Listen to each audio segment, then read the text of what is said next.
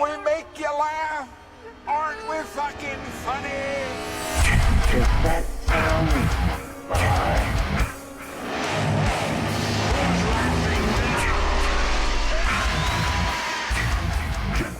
What's the boogeyman? Welcome back to the Moonjuice Metal and Horror Podcast, the podcast where we live and breathe heavy metal and horror, but are afraid to shit on both of them. I'm Mike. I'm Matt. Welcome back, everybody. Welcome back. Yeah. So, not to piss anybody off or make anybody sick, but we're doing another werewolf movie. Surprise. Yeah, of course, yeah. Another werewolf. Yeah, I mean, we said we're probably going to do a lot of werewolf movies. Yeah. Because everybody at this point knows that we're both werewolf fans. Werewolves and vampires have always been my kind of thing. And it's definitely not the last werewolf movie we're doing. Because there's multiple. Absolutely not. I'm also a huge werewolf fan, so I have no problem with it. But for the most part, werewolf films, and we've done quite a few. I'm not going to sit here and try to name them, but we've done quite a few. And each one of them kind of has its own take on werewolves, right? And its own take on the lore, and its own take on, what you have to do to kill the werewolf, how a werewolf becomes a werewolf, if the person becomes a werewolf and then can turn back into a human. All of that is up for grabs when it comes to movies, completely. Yeah. Like, the writer and director are going to choose whichever route they want to go. Before I watched this one for this podcast, again, this is probably the fourth time I've seen this film. Yeah. I like the film. But interestingly enough, I don't know if you've seen it, Mike, but did you see Viking Wolf yet? Yes. Viking Wolf. I've seen Viking Wolf. Okay. Yeah. And I loved Viking Wolf. I thought it was a very great movie. I really did. I liked it. Just one thing about it I did not like. I do not typically, it's always kind of a minus point for me if the werewolf basically just looks like a wolf or a dire wolf. Yep. That's always a nah for me. But still, Viking Wolf in itself was a good werewolf movie. But I said when I saw it the first time, this is just a Norwegian version. Yes, that's exactly what I was going to say. Yeah, exactly. No, because, by the way, we're doing ginger snaps. And that's the thing is, when I watched Viking Wolf, and this is a funny thing, I watched it with a friend, Connie. I'm not sure. I think she didn't know ginger snaps. And when I watched this, I loved the movie. It was great, but I thought, this is a remake of Ginger Snaps. Literally. It is. Yeah, it is. Yeah. It is exactly the same movie with only a few changes. One of them being the silver bullet thing. Yes. It's about the only thing that I noticed in the lore that was a little different. But, I mean, that doesn't mean that couldn't have worked in Ginger Snaps as well. I just don't think that they ever mentioned it. But it could have been a thing, But that movie is this movie, absolutely, but in Norwegian. Yeah, it is. Yeah, Viking Wolf. Norwegian Ginger Snaps. However, Ginger Snaps is very unique. It's a very unique werewolf movie. It's one movie that actually managed to pull off something that a lot of werewolf movies fail, to kind of just introduce an entirely new type of werewolf to the genre. Because what separates Ginger Snaps from other werewolf movies, it leans less into the supernatural and kind of gives it more biological touch. Yeah. Making it more like a literal disease. And the werewolf transformation is permanent. You don't go through on full moons, you turn to a werewolf, and then the days you turn back. After you get bitten, you're infected. And up until the next full moon, and that cycle, you will slowly transform into the werewolf. But once you've transformed, the transformation is complete, right, and is permanent. So you're not going back. No.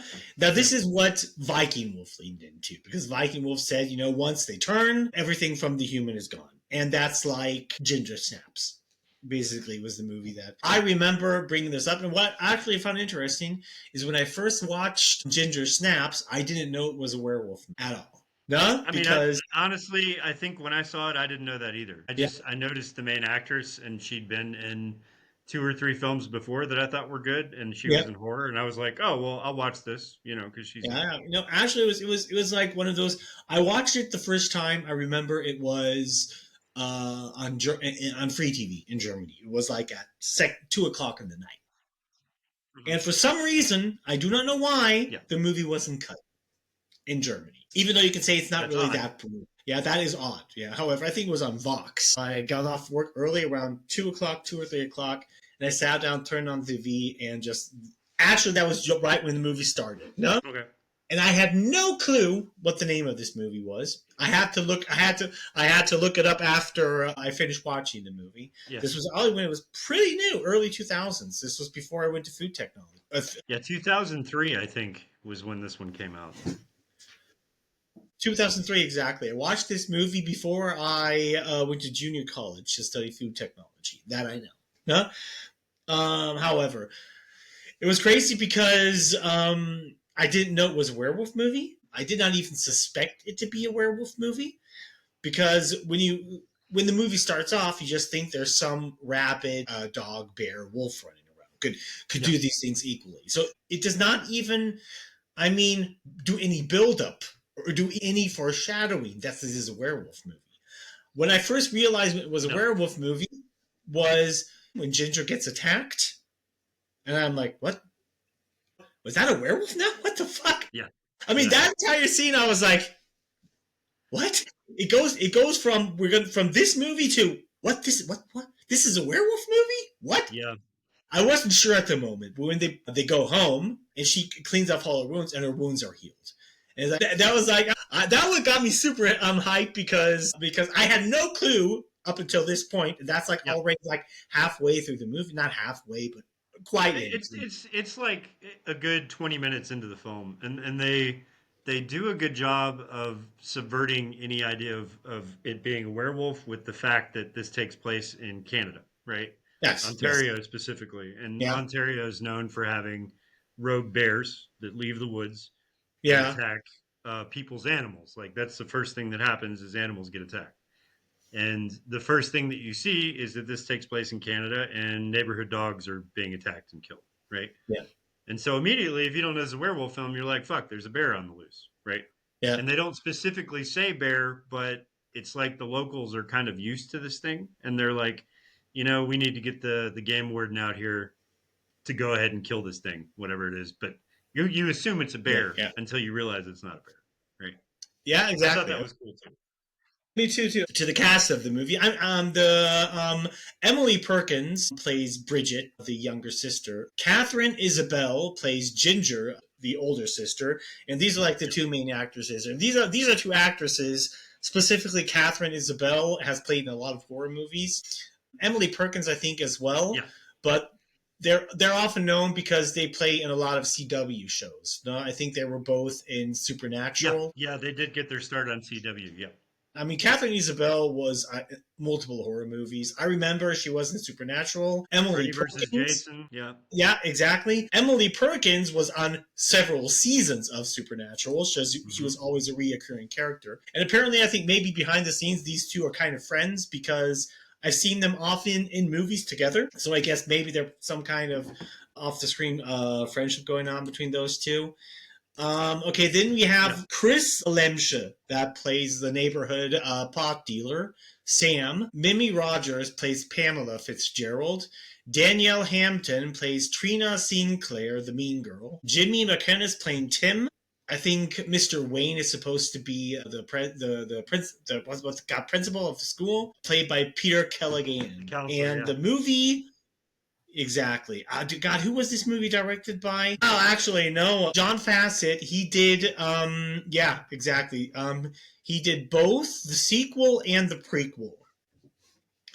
Even though I still have no idea how Ginger Snaps 3 is supposed to be a prequel in any kind of way. Because we can get into it when we do that movie because that movie's worth doing, but it's supposed to be a lineage thing.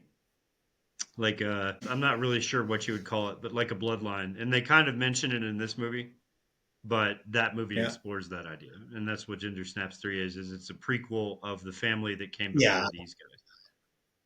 Yeah, maybe there's some kind of ancestors, maybe. But it's kind of weird because the prequel, Ginger Snaps 3, you can basically see as a standalone movie. Yeah. When I watched it, I Yeah, love the and movie. that's It was really my the way you should favorite of look all at it. three of them, but I didn't even see it as a prequel. Because for me, Ginger Snaps 3 was a remake of Ginger Snaps 1, just set 300 years Yeah. in the past. No? Even though I liked it better. No? Yeah. But however, now before we get into the movie, if you like our podcast, don't forget to follow us on Spotify. And if you're watching us on YouTube, subscribe to our channel, give us a like, leave a comment, and hit the bell button to get notified whenever we upload a new episode. Yeah. With this movie, this is kind of, I'm not going to say the first time it's been done to have the transformation be permanent and be something that sticks around. I can't remember. There was one movie that came before this that did that with werewolves, but it wasn't done quite as well. But I can't remember the name of it. But this is one of the ones to popularize that idea. I know that much. I'm trying to think of it. I can't think of it either. Oh, Wolf with Jack Nicholson. Yes. Yes.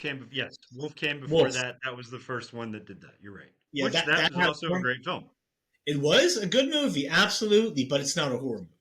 No? Not a horror movie, but it is a horror movie. It's good. It's a great werewolf movie, but it's just like I says. For me, it's always a kind of a downgrade. For me, it's always a major bummer if the werewolf basically just looks like a wolf or a dire wolf. That was the thing that actually why I disliked Wolf with Jack Nicholson, because that's not a werewolf in my opinion. The only way that has ever been done in a werewolf story that I liked actually was Werewolf the Apocalypse. Yeah. Because in that lore, werewolves have 5 different forms they could turn into. They have like human, werewolf, and wolf, and then they have one form between this one and one between this one. Whatever. So that was like, okay, fine. That was also interesting concept in Werewolf the Apocalypse that they have these different forms they can just switch them back and forward to, but different. Now, when it comes to Ginger Snaps, you said it pretty much straight up to begin with. One thing that you did not like was the werewolf design. Yep. Not a fan. Not a fan at all. And it doesn't break the movie. For me too. I agree with that 100%. At least in the first part, did not really like the werewolf design. One thing I liked is that the werewolf design, it's not a dire wolf. It's not a wolf. It's clearly a werewolf. You can clearly see that this was a human-wolf hybrid. What I also like in Ginger Snaps is the werewolves are people wearing suits. Yes. So thank goodness, because at this time, Mike, CGI was atrocious. I know. It was atrocious. I saw werewolf movies with CGI and was like, oh my fucking God. I mean, Dark Wolf was one of them I watched, by the way. Yes, and Dark Wolf is one with very bad CGI. The other one is American Werewolf in Paris. American Werewolf... Okay. American Werewolf in Paris, you have to say, the CGI is bad.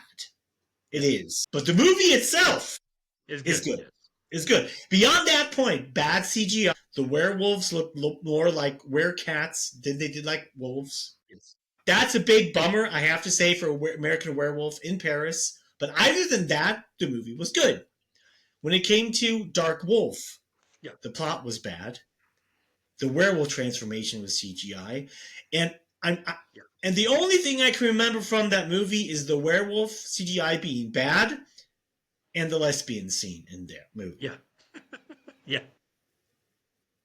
I mean, I know, stereotypical guy, but hey man, it is what it is. It is what it is. That's like the only interesting thing I can remember.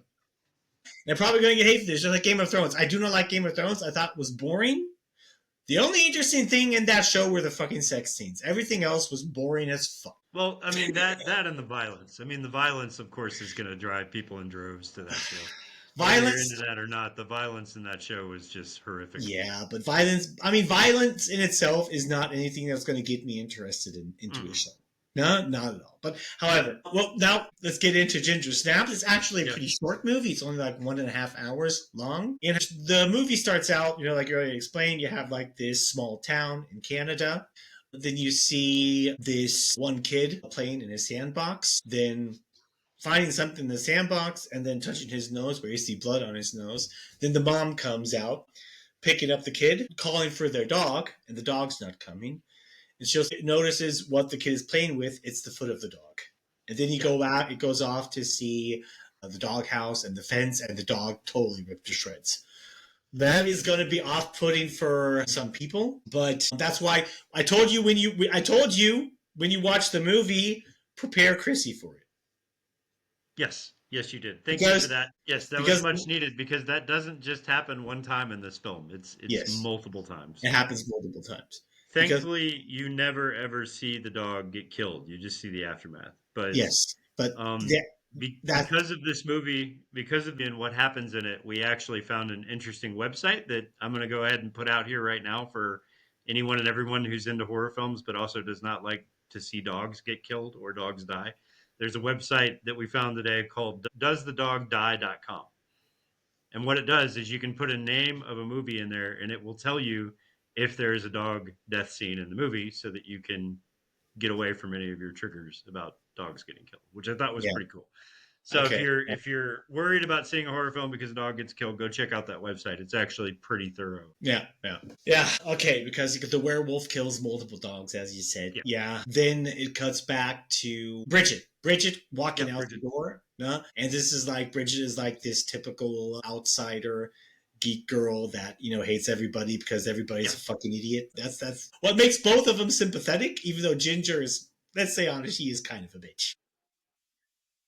She is. I think less so before the transformation. These girls live in a town where nothing is going on. There's absolutely nothing to do. High school sucks. They're bored to death. So what they do is they do things at home that keep them interesting, and they're both obsessed with like death and gore and stuff like that, which is cool. Yeah, horror. Because, basically, typical horror fans. No? Yeah. Then you see the wife with the kid coming out screaming bloody murder. Oh, it got my dog. It got my dog. What this already implying that a lot of people in this neighborhood know that there's a wild animal on the loose. What always bring me up to the idea: why do you leave your dog outside?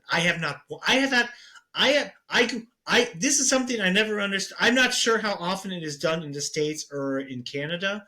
But I grew up with dogs, even when I lived in the States. Not once did we leave our dog during the night outside. Not once. Even if they had a fucking doghouse. No. That was during the day. When they didn't want to come in, that's what the doghouse was. That was something I'm sorry, I have very little empathy for the woman crying about her dog. I have empathy for the dog, of course. But it's like, you fucking idiot. You people knew there's a wild, rabid animal and you let your fucking dog stay outside. Yeah. Well, I mean, here's the thing. Like of course, not to go off on a tangent, but we know enough about dogs now, and have known for a long time that dogs do not like being outside alone. They feel alone. They want to be close to you, and they also get cold just like you get cold, right? So I don't understand people leaving their dogs in the yard. If you want to leave your dogs in the yard to let them play around during the day and stuff like that, that's fine. But if you're inside relaxing and they want to come in, let them in. Don't leave them outside. You're just a jerk. And especially not if there's a wild animal on the loose killing dogs. Yeah. That's just stupid. So I have no sympathy for this woman at all. Just like you don't. Me neither. Bridget, just looks a little bit uninterested, goes back in. Her mom and dad are doing something. I'm going to refer to them as mom and dad because I don't really care much. Yeah, because you don't even know their names anyway. I mean, I think Pamela is the mom's name, even though I would say the mom is kind of weird and she's trying too hard. I do think is probably what led to these girls become the way they were because these two girls, both of their parents are having problems, but they're going to couple therapy. And the mom, even though she's trying way too hard to be like a good mom to these girls, she's way too hard to the point where it's going to drive every single fucking teenager insane. And here you have two girls that, by the way, are both outsiders, both have the mentality, fuck society, everybody's a complete fucking idiot. No, we don't want to be friends with anybody because people suck. Those are basically Ginger and Bridget. You see Bridget coming through the door and Ginger is like, has a knife on her wrist, like trying to cut it, like she's thinking of it.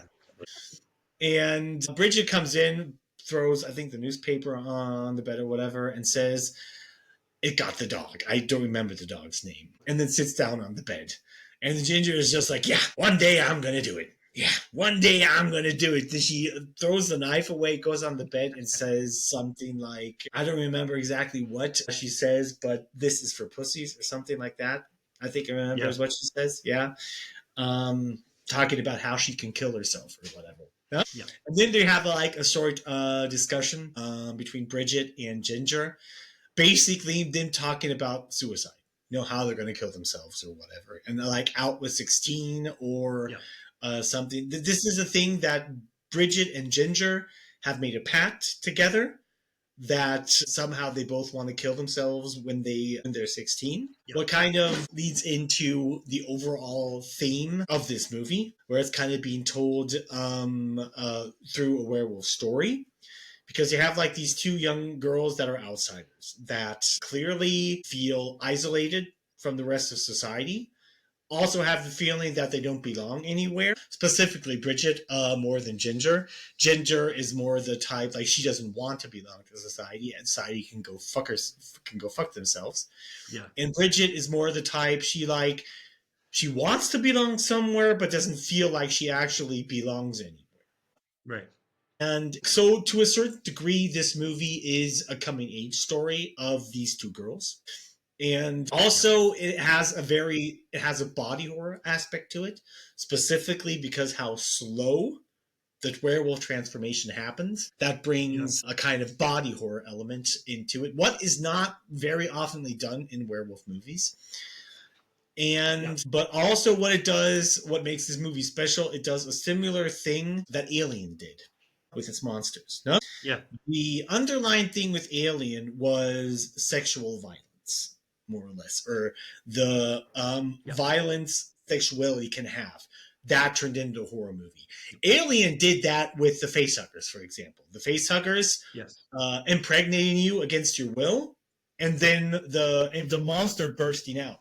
That is a sexual reference. Yes. What a lot of people might not get. But it's not blatantly apparent. I think with Alien specifically, they went with the guy who designed the aliens, H.R. Giger, because most of his stuff is very sexual in nature, and they wanted the beast to kind of look like that, and they wanted the idea of how it reproduces to be kind of a sexual violence thing. And that's where that came from. And it's brilliant. And you're right, most people don't catch it. Yeah, most people. The thing is, with this movie, it's not really actually sexually violence that it's doing this. It's basically taking the female puberty, putting that into a werewolf setting. Because when, women first get their period and go through puberty, it's really not a good time for women, specifically when they have their period. It's not a good time for anybody. Yeah, no, yeah. I mean, yeah. I know. Every guy that's been in a relationship, it's not a good time. No, it's not. It's not. No. Not for nobody, but it's specifically bad for the women. For some take it better and some worse. But there are women. There are, goddamn it, they can't barely walk when they have their periods. With some women, it's really that bad. Yeah. And that's basically what this story does. It takes what kind of horrors women go through and put that into a werewolf setting. And it's fitting fitting of the character too, because her and her sister, one of the biggest reasons they made this suicide pact, and they're always talking about death, is because they did not want to evolve into the adults that they see walking around, right? And they both assumed that, once we hit that age, that's exactly what's going to happen to us. We're going to become boring, useless adult women that talk about going to the store and going grocery shopping and all this boring shit, and they didn't want it to happen to them. So they said, at around the time that this is going to happen to us, that's when we're going to commit suicide. And so the fact that it happens to this character, this transformation, makes it double interesting because of that attitude towards growing up, which is really cool. It's smart. Yeah. Yeah, it is smart. It's smart. After this short discussion, Bridget and Ginger, take hands, where they renew their pact, and then the intro starts off. And basically the intro is you see this montage of Ginger and Bridget, just making horrible death pictures, like a horror movie, making turning it into a montage. Well, it is, very well way by the no, but I think it was shortly before the montage starts. You see a fence, and then you see like Bridget laying there, impaled into the fence. Yeah, yeah. And it was clearly just staged because they wanted to do this photo montage. No? Right. Bridget says something like, "Yeah, it looks a little bit weird, and I can see your tush." Yeah. Yeah, and Ginger just flips her off and says, "Yeah, take the pictures." And then this entire montage starts. Basically, very often it's What's like this montage to me, Mike? If we're like verge into metal territory here for a little bit, this looks like some of the stuff that you see in album covers from like 1992 through 1998 black metal covers. There was a lot of this kind of thing in there. Yeah, and I will also, to get into metal territory, say that this film got extra points because they do use heavy metal in scenes where it fits. Yeah. And it's actually decent metal bands. Yeah, only one, but it's only one scene. Yeah, it's only one scene, but yeah, it's right that they use heavy metal. It was Fear Factory specifically. Yeah. Yeah, it could be. I can't remember what band it was. However, you have like after this, once this montage is done, it cuts back to a classroom showing that Bridget and Ginger did this more or less as a school project. Yeah. The entire class starts clapping. They loved it. So it's just like, it's not really like everybody was fucking grossed out by it. It's just the guy. This is like, yeah, I got just the teacher. The kids are like, yeah, we got to see a horror movie. I mean, the one guy says, even screams into the room, "Can we see the ones with Ginger again?" Yeah, yeah. And then the teacher is like, he's horrified. He's looked at it. He's like, he's totally speechless. Like, well, that was. Yeah. He's very unsure of what he thinks about this, which is what I like, because he's standing there. He's like, well, that was interesting and a little bit horrifying. I think I'm bothered by this. Yeah, as a matter of fact, let me see both of you in my office after this. Which, I mean, I'm not sure. I probably would have done the same thing just to make sure that everything at home is okay, because that was very gory and grotesque for two girls of that age to be putting out, but also very interesting. I would be like, are you maybe interested in doing horror movies later? Yeah, but the thing is, when it comes to girls that age, you're like, I mean, nowadays it would be like, these girls are both around 15, 16. So it could but just be that they're horror fans. But even then, for a lot of people, that is too young to do this kind of stuff. So you would clearly inform the parents. What teachers obviously would do. Yeah. And have a talk with the parents like, this is not normal. But apparently their mom knows that they're doing this kind of stuff, and she's cool with it. And to be honest, if you look at where they live, I'm sure a lot of kids are probably on drugs and doing shit they're not supposed to do. If your daughters are home making these photos, you're actually winning as a parent, instead of them out doing meth in some corner, I would say, personally, if the entire werewolf thing didn't happen, I think personally that both Ginger and Bridget probably would turn out to be pretty okay later on in life. What I personally think. Oh yeah, absolutely. Yeah. Yeah. If the entire werewolf thing wouldn't have happened. Because even though their parents are weird, and their mom is super fucking weird, and she's trying way too hard, I don't know. You can't really, from everything you see throughout the movie, cannot really say that, yeah, they're bad people or even bad parents. No, they're not. They're not. They just seem very bored with life and bored with their relationship. Exactly. Even though the mother does something later on where actually kind of makes her, you're not sure if she's just a great mom being supportive of her kids, trying to protect her kids, or if the mom is just complete fucking psycho, but whatever. A little bit of both. A little bit of both. Yeah. A little bit of both, yeah. But then after school, of course, it cuts to they're playing hockey. I mean, grass hockey, I think. I'm not sure if that's what it's called. I have no fucking idea. Yeah, it's hockey, but it's on grass without skates. Yeah, it's hockey. They're playing hockey, more or less. Yeah. Then Bridget and Ginger are talking about basically how people could horribly die and going through different fictional scenarios and making up with. Yeah. While three other guys are sitting at a bench, watching the girls do sports, not because the girls are all wearing, you can see their asses, like teenage idiot guys.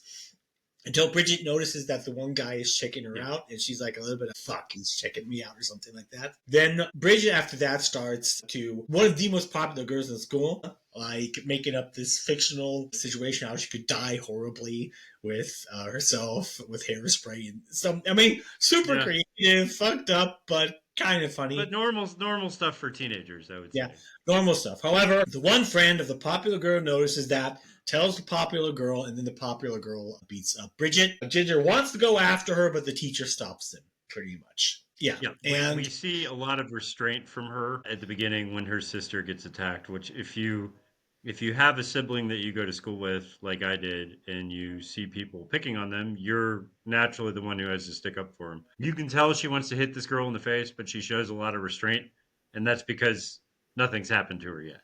That doesn't happen later. Yeah. Exactly. However, I mean, at this point, they get kind of, aggravated and want to pay it back to her. When they're sitting there, the local pot dealer comes up, and you see all the popular kids coming up to the local pot dealer. Then they see that mean girl, I think Trina is her name. Trina's her name. Has this dog.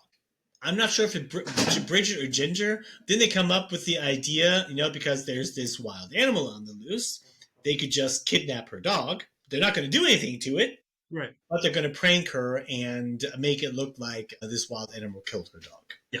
That's pretty fucking mean. I mean, they weren't going to do anything to the dog anyway. Be cruel, like this is not mean, but this is pretty fucking cruel what they planned. Yeah.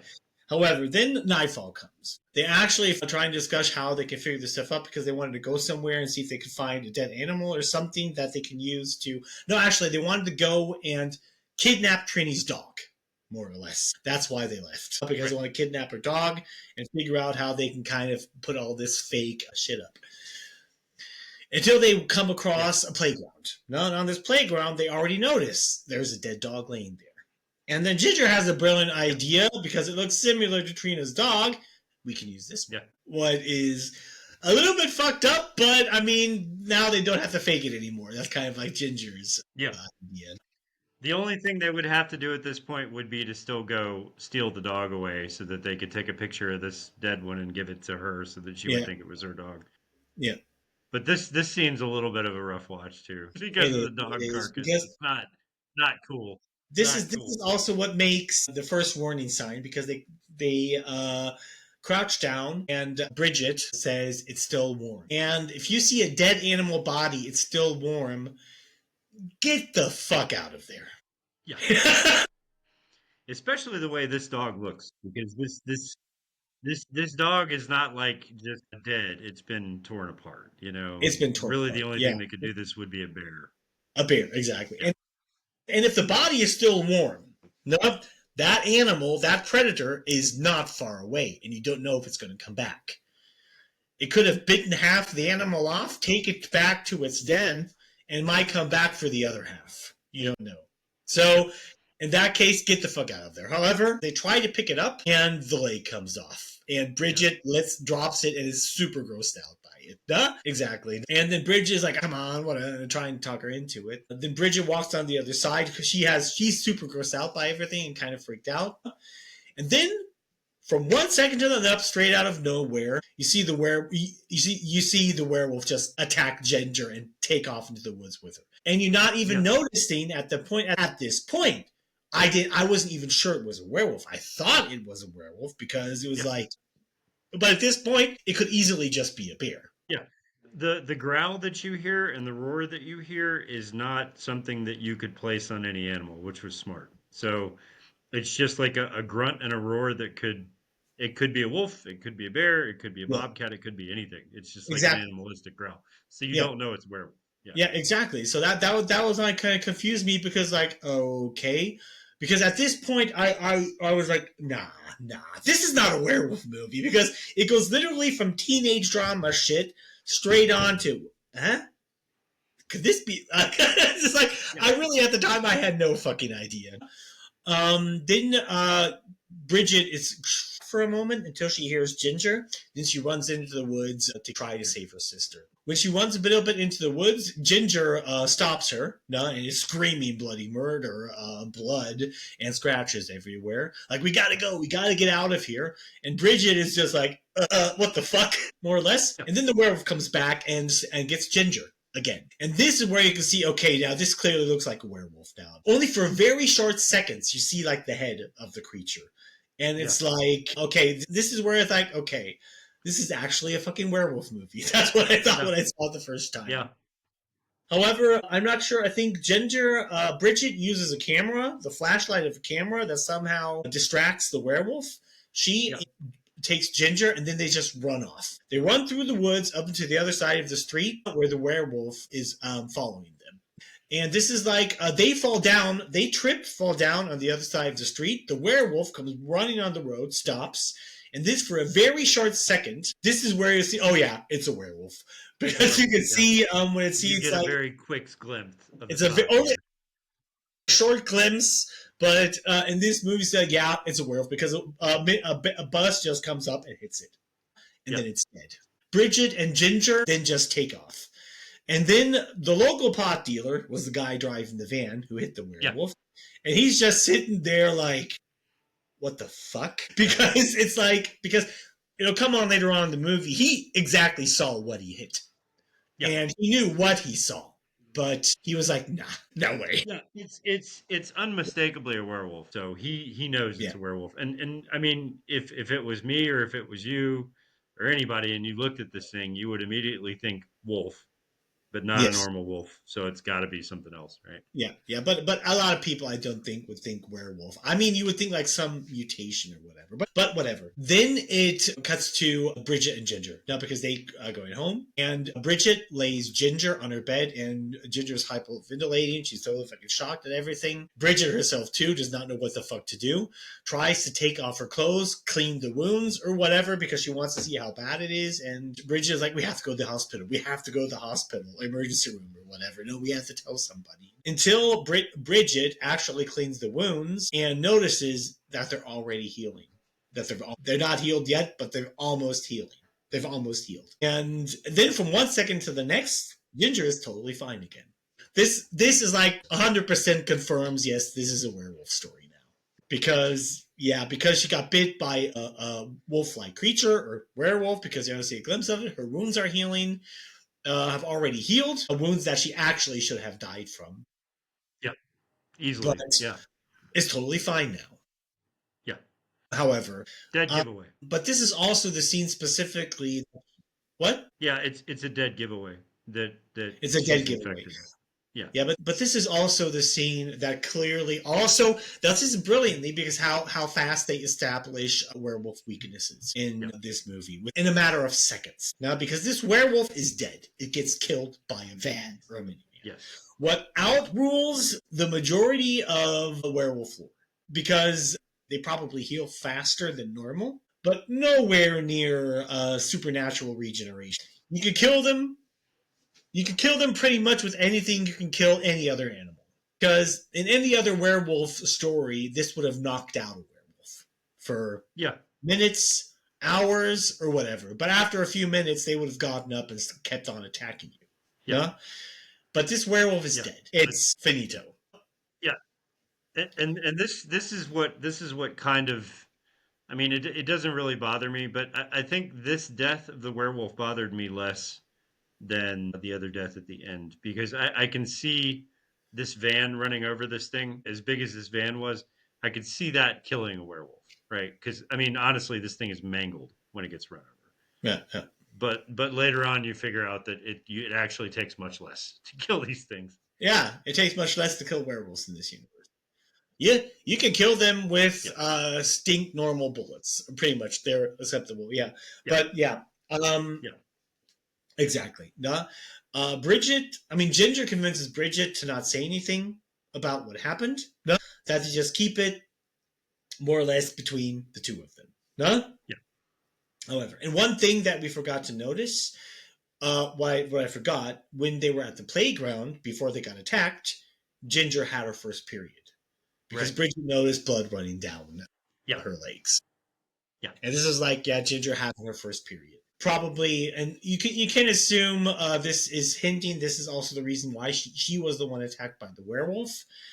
Now, I'm not sure if this is. I'm pretty sure this might just be an old wives' tale that says like bears usually attack women that are in their periods because somehow the scent is different. But I have no idea if there's anything to that. It's just because of blood. It's the same reason sharks Yeah, attack women that are menstruating in the water. yeah. But when it comes to sharks, sharks is different. The sharks aren't even attracted to human blood. Really? Yes, I did not that's know that. Holy shit. that's absolute nonsense. Human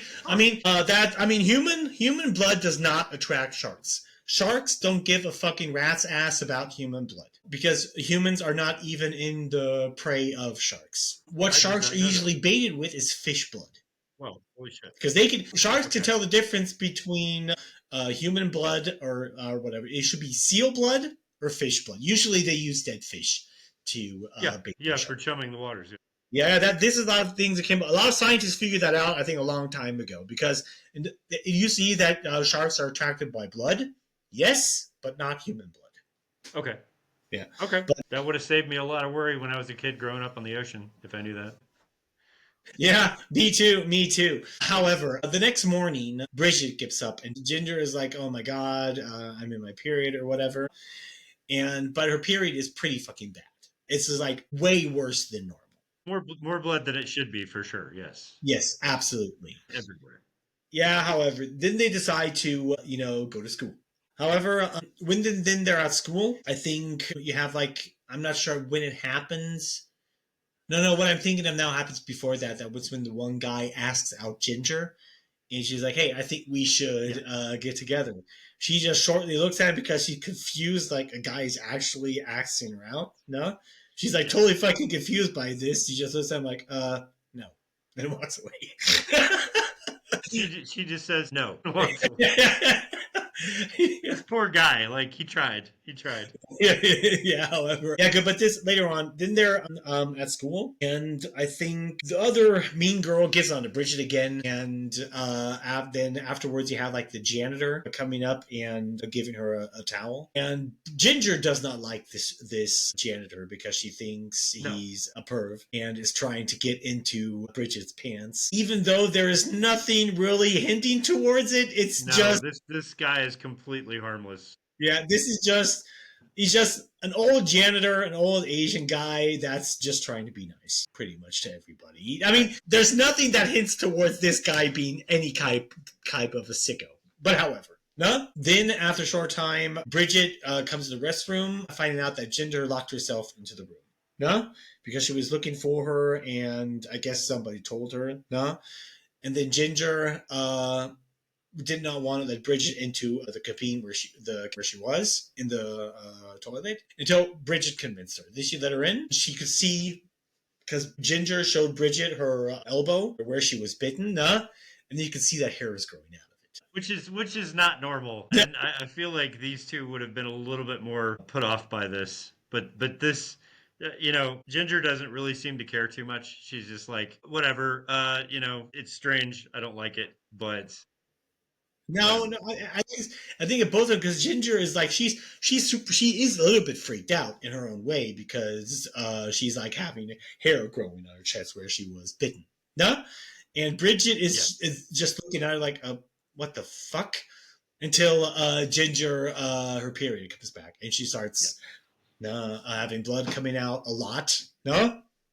Then they go to I think Vertrauenslehrerin would be the German term. No. Yeah, the female guidance counselor, which this yes, woman exactly. Is I love this character. She's fucking hilarious. Yeah, exactly. Because they're sitting there, and it's like this is the type of person you're like the Vertrauenslehrer, or what do you say, female guidance, whatever. What do you say? What's it called in the States? Exactly. This is like I remember these type of teachers when I was in school. Nobody wanted to fucking talk to these people. No, nobody. I mean, it's like. I mean, it doesn't matter if you're a guy or if you're a girl. It's just these people are. To everybody I knew, these people were just super fucking weird. Yeah. I'm sorry, and I was a fucking weird oddball myself in school. Yeah. and I'd not want to have nothing to do with this type of people. However, she's super nice and telling everything. And yeah, you've become a woman now, and that means blah blah blah blah blah for the rest of your life. And hit the fucking God. Yeah. She's very nonchalant about the whole situation. Like these two girls are freaking out and they got a lot of questions, and she's just like, "Oh, it's no big deal. I know it seems like a lot of blood, but it's really not. Every woman says that." Blah blah blah blah. I'm like, Jesus Christ. Not only even because what makes it fucking Bridget even says, "What about hair growing in weird places?" I mean, this is like, it's hilarious, no? But of course, the female guidance counselor gives a typical answer. Yeah, well, that's normal too. I mean, maybe, maybe you should have said, I was bit by a fucking animal, and where I was bit now, hair's growing out of. I mean, it's the phrasing, It's the phrasing, how they went about it. Yeah. You should have been more specific with that question. In the situation you are now, no? Yeah. However, then shows outside of school, no? Them standing in front of in a supermarket or a pharmacy, it might even be. I'm not sure where this stuff is bought in the States. In Germany, it's a normal supermarket. It's like a CVS pharmacy. It's basically the same thing as the apotheke here. Yeah, okay. So basically pharmacies. And in Germany, it's just like a normal supermarket where you buy this stuff. Yeah. However, they're sitting in front of tampons, and Ginger is fucking pissed because she's now having her period, and she's totally in fucking pain. Cramps everywhere, whatever. But I would say it's more the werewolf transformation than her period. It's both, I would assume. I think it's a double whammy on her because it's both. Exactly. However, then they go up to the cash register, wanting to pay or whatever. And then the guy that was hitting on Ginger comes walking up to her and says, "Hey, you know what?" He sees that they're buying tampons and she's clearly in pain or whatever. And he's like, I have 3 sisters, and, pot helps a little bit, with the pain or whatever. At this point, just trying to be a nice guy. I mean, of course, he clearly wants to bang Ginger. I mean, he states that pretty much. There is an ulterior motive here. Yeah, there is, absolutely. But he's nowhere being like shady or being a dick about it. What actually, even though, makes the guy a little bit sympathetic, because how should I say it? Even though he's a clear teenager, he's not being an asshole. He's not being mean. He's not trying to lie or make up shit or just being the kind of macho guy. He's obviously just directly, honestly making it clear he wants to be. That doesn't stop him from being a complete cheeseball, though, because this guy is a complete cheeseball. He is. He's the whole fucking movie. Total cheeseball. Yeah. However, I would call him, in my opinion, a normal teenage boy. Yeah. That's how I see it, because a lot of them are that way. I think to a certain degree we all were. However, then I think it cuts off to later. I'm not sure what point it is. I think it cuts off to later in school because they probably did this during their break. It's later off in class. Ginger is now together with this guy and his friends. They're sitting in the van of the local pot dealer. Getting high. No, more or less. And Bridget has no fucking idea where Ginger is and is looking for her. She comes up and sees the van, and she sees it is the same van that hit the werewolf. Until I think what's his name? The pot dealer. Should I just call him pot dealer? I can't remember his name. That's why I was just going to call him the pot dealer too, because yeah. I don't remember. He's integral to the story, but his name's not so important. But actually, I like the character. I have to say that, to be honest. I like the character too. I just don't remember his name. I'm gonna call him the pot dealer because basically that's all he does. Yeah, he deals pot. No, however, the pot dealer comes up, says something like, "Hey, go fuck off," to Bridget. Get out of my van because they're smoking pot in his van. Now, however, then Bridget looks at him and says, "What did you hit with the car?" No.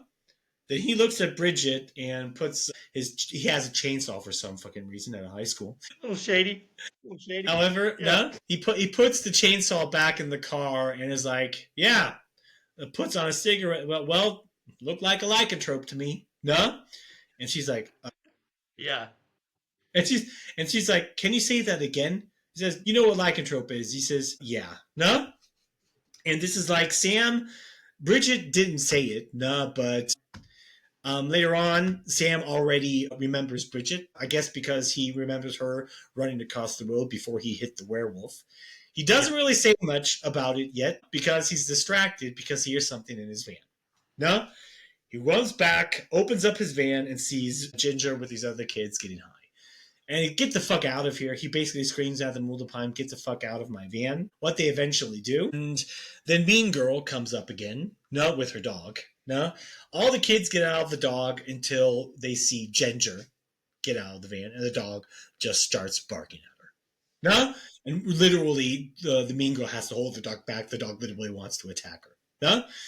This is also what kind of make like Ginger the first time that she's going, because she comes up and punches the dog in the face.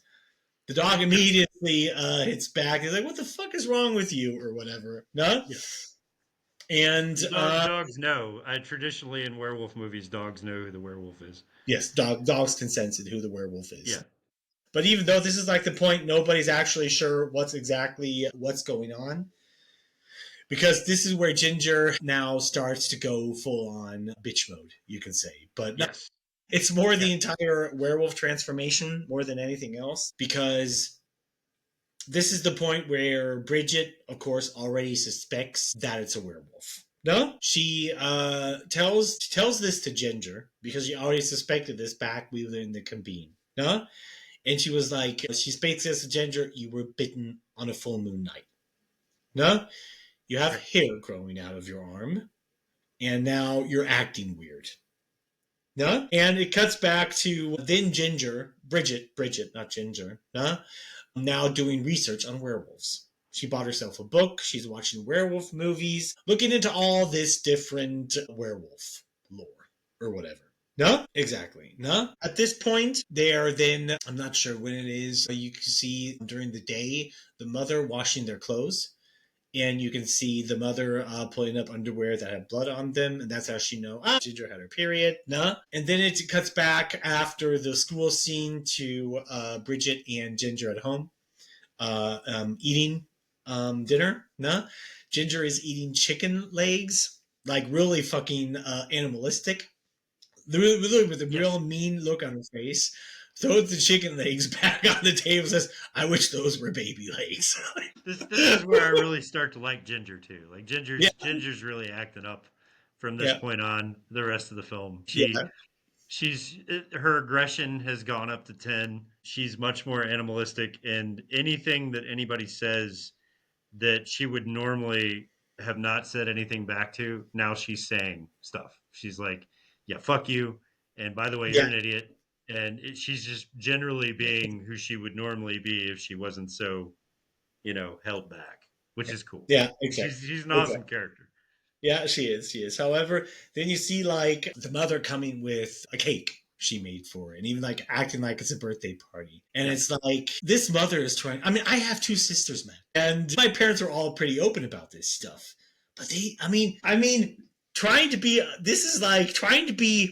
there's trying to be understanding and supportive, and then there's this treating it like a fucking birthday party when she has her fucking. I mean, this is like. I mean, I know my parents talked about it. I knew when it happened with my sisters. No, but it was. I mean, of course, my mom obviously had that talk with my sisters. Not more intense with me. Obviously, I wasn't really much affected by it. No, but I knew what was going on. My sisters told me, my parents told me, or whatever, but it's not like nobody made a fucking big deal about it. Yeah. It's like... This is one of those things that daughters start to hate their moms when they do stuff like this, but this woman goes way overboard with it. And, I mean, if she wanted her daughters to have reacted normally and not been upset with her all the time, she probably would have chilled out a little bit, but she doesn't. She just gets worse and worse and worse. Yeah. Yeah. Oh, she comes up with a cake, no? Ginger just looks at Bridget like, you're dead. You're dead. Because she thought Bridget told her. Even though, yeah. Then I'm not sure actually what happens, but they have a short discussion with their parents or whatever, and then it cuts back to their room. No? And this is where you have a conversation going on between Bridget and Ginger, where Ginger is getting more aggressive and more meaner, even towards Bridget. No? Then they go to bed, and then they wake up the next morning. No, and at this point, Bridget is already suspecting something going on with Ginger. She already suspects that she's turning into a werewolf because Bridget, I think, remembered what she saw. She saw the werewolf, no, probably more than Ginger, no. I Yeah. mean, yeah, Ginger too, but Ginger was like being attacked by it, whatever. It Right. was on a full moon night. Ginger is acting weird. She's clearly uh, something's up with her. So Bridget already suspects that she's turned into a werewolf.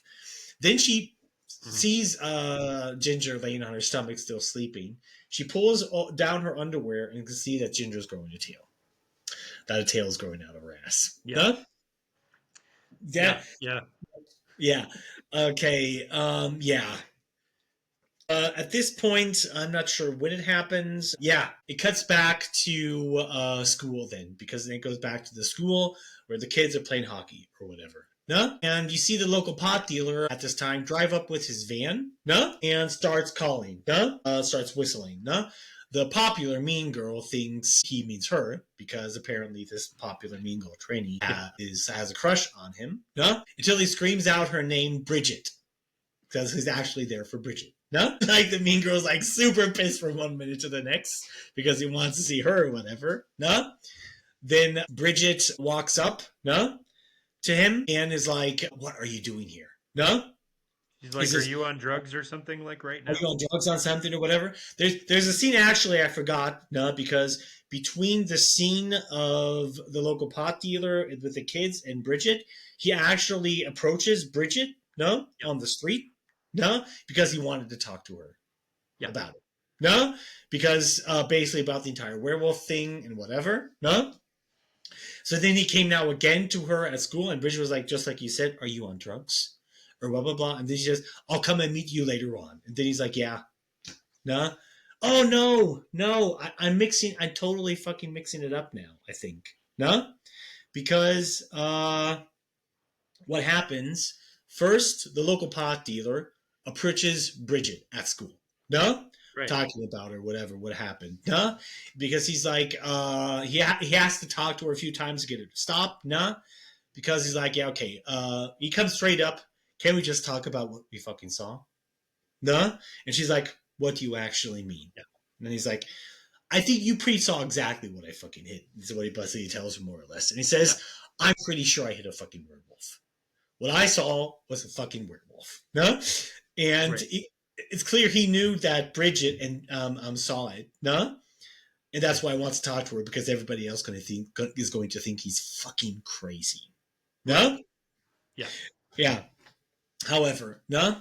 Then I'm not sure when does he approach her later on. Then after school, no, that happens later. Then they have this short discussion between Sam and or pot dealer and Bridget, where Bridget tells the pot dealer that she was the one attacked and that she's going through changes and does not know what's happening. No? So at this point, the pot dealer thinks that Bridget, but it's never really confirmed that he actually believes her. He just knows that something is going on. No? Yeah, I think he believes it at first. I think it's because it's believable that it happened at first, but there's things that happen along the way where he kind of figures it out on its own. But the whole reason she's even doing this is because she's trying to keep her sister away from people because she knows his Yeah. sister's acting crazy. So the less people that see her acting crazy, the more she's going to be able to try to work on a cure or whatever she can do to help her, which is why she's done it. Yeah. Yeah, exactly. No, yeah. And she kind of moves on, no? And then the pot dealer's like, hey, why don't you meet me up later on? No? At my house. No? Because so then we can basically talk. Then after school, no, Bridget meets him up there. They have a little talk about werewolves and thing, what going on, and blah, blah, blah. No? And then Bridget is like, yeah, because she's not actually sure what's going on with her. She's going through these changes and blah, blah, blah. And then the pot dealer, Sam, is like, yeah, well, I think my car did a good job on the werewolf, so I think we can pretty much rule out the silver and all the Hollywood shit. It's pretty much what he says. Yeah. Yeah. Which kind But of then felt. now, Did you feel like that was shoehorned in there? All this dialogue right here that they're having feels like it was put there just to kind of explain away anything else that the audience would have been thinking would stop a werewolf. It didn't Yes. feel like this conversation needed to be had, but they Yeah. did it anyway just because they needed to explain some things away. Well, no, I didn't really feel like it felt shoehorned because these are like two people that clearly saw a werewolf, no? And they can only talk to each other about it. They can't talk to anybody else Yeah, because everybody else is going to think yeah, they're fucking nuts, no? So right. basically, like going through the situation that happened to them is in this situation quite normal discussion. I did not really think it was shoehorned, and specifically because Bridget is trying to figure out something that can help, no? Help Ginger or whatever. No? Then the pot dealer comes up like, yeah, well, in medieval times, people used to believe that pure metals pure the blood, that they cleanse the blood, and gives her a piercing. Right. You know, he has, no? And then Yeah. Ginger like, yeah, they also thought that leeches clean the blood too. And Yeah. he's like, Right. well, they do. Touche. Yeah. Touche, they actually do, no? Yeah. Okay, then it cuts back to the night, no? Where Ginger and Bridget are having this kind of discussion and like what's going on. No, I'm not sure at what point or whatever. No, I'm thinking a little bit too far up ahead at this point. No, thinking of a different scene. However, this is where Bridget gives Ginger a piercing. Now tries in her belly because she thinks it's a silver piercing. It'll somehow stop or slow down the transformation. In the process, you can see like Ginger, kind of being in pain. You see like her teeth, her werewolf fangs start to come out, and her claws start to come out. This is like the first kind of shoop you can say, like maybe like an emotional state kind of makes it go faster. What it kind of appeared like to me, no. Yeah. Until it's been done, no? And you can just see like Ginger playing around with the piercing, her already having werewolf claws and everything on her, no? Yeah.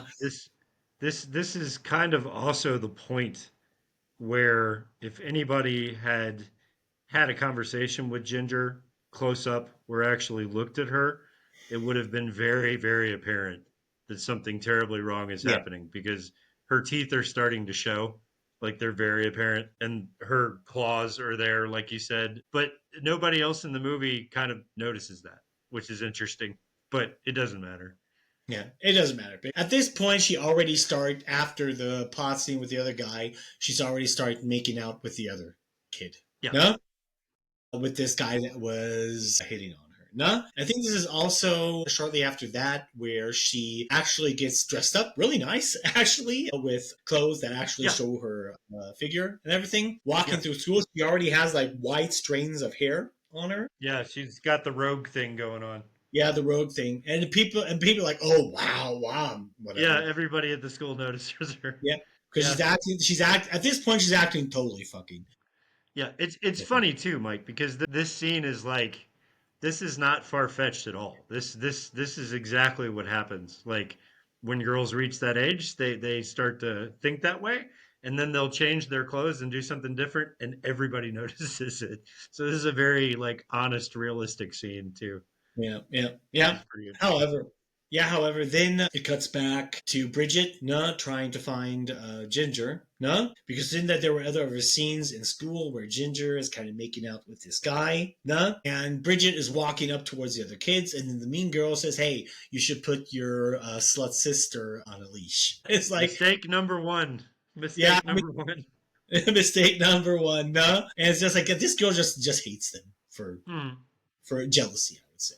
Now, however, she walks up and you can clearly see like Ginger and whatever this guy's name is clearly getting it on. It's like at this point it's actually a surprise that they're not just fucking right where they are there.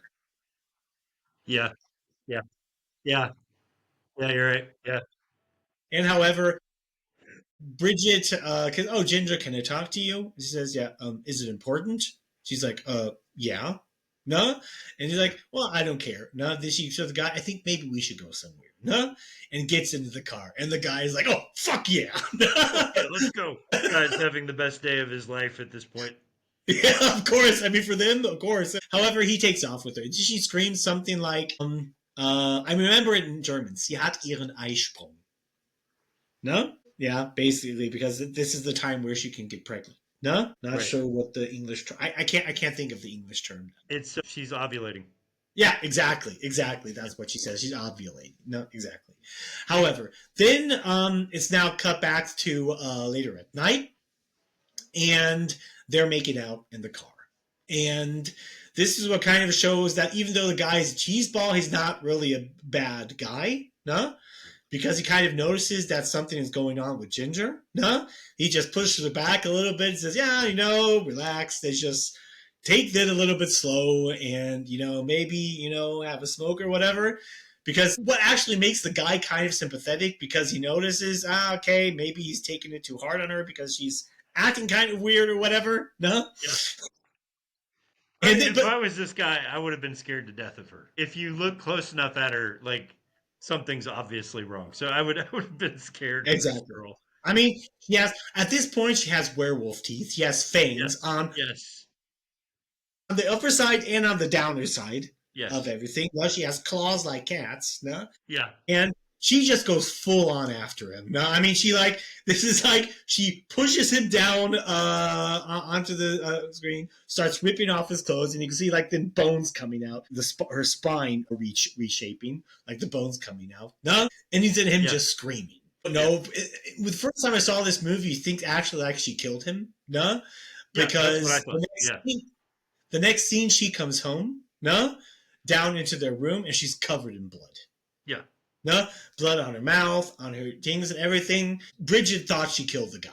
And she's like, fine. And Bridget and Ginger is like now super shocked because she realized what she did. She's covered in blood, has no fucking idea what's going on with her, and blah, blah, blah, blah, blah. Yeah. No? And she's like, where is he? Where is he? No? And Ginger just has her, she's outside. No? Then she looks over it. Bridget goes outside, looks over the fence, and sees Norman. The neighbor's dog, that we've been seeing this whole time. But you don't see him. She just mentions that it's Norman. Yeah, you killed Norman. No? Okay. However, then it cuts to the next morning. You have like the neighbor kid wanting to feed his dog. This is a scene that's hard to watch because the kid is coming out with the food bowl, wanting to feed his dog before school, and he finds his dead dog. Shouldn't have left your dog in the yard with a wild animal on the loose, buddy.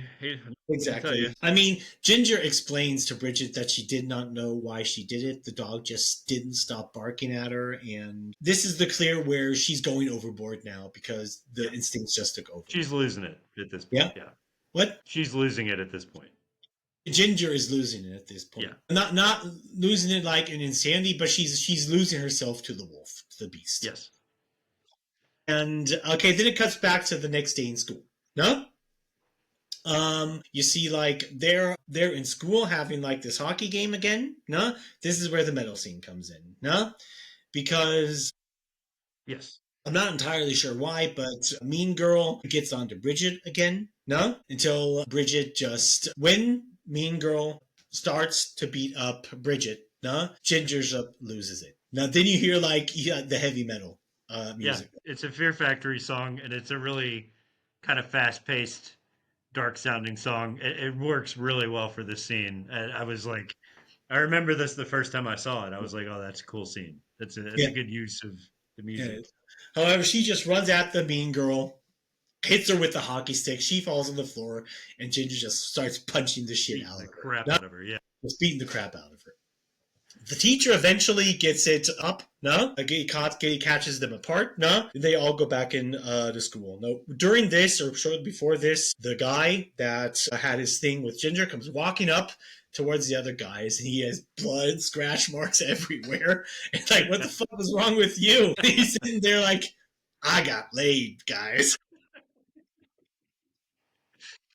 Yeah, it's a great scene too because you get the feeling that this guy probably has not done this before. So this was his first experience and he doesn't really know. This is not how it's supposed to go. Imagine that shit. Imagine if it was your first time and this happened to you, Mike. Like I don't know. That would ruin me on that for the rest of my life. Probably.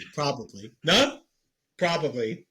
But this guy is acting like, he got laid by the girl he had a crush on, so he's for some reason happy, even though this is super... Yes. Yeah. Even though he's covered in blood and scratch marks, yes. Yeah, and however this says, did it get down to your legs too? You can see like a red spot, on his dick. Yeah. No?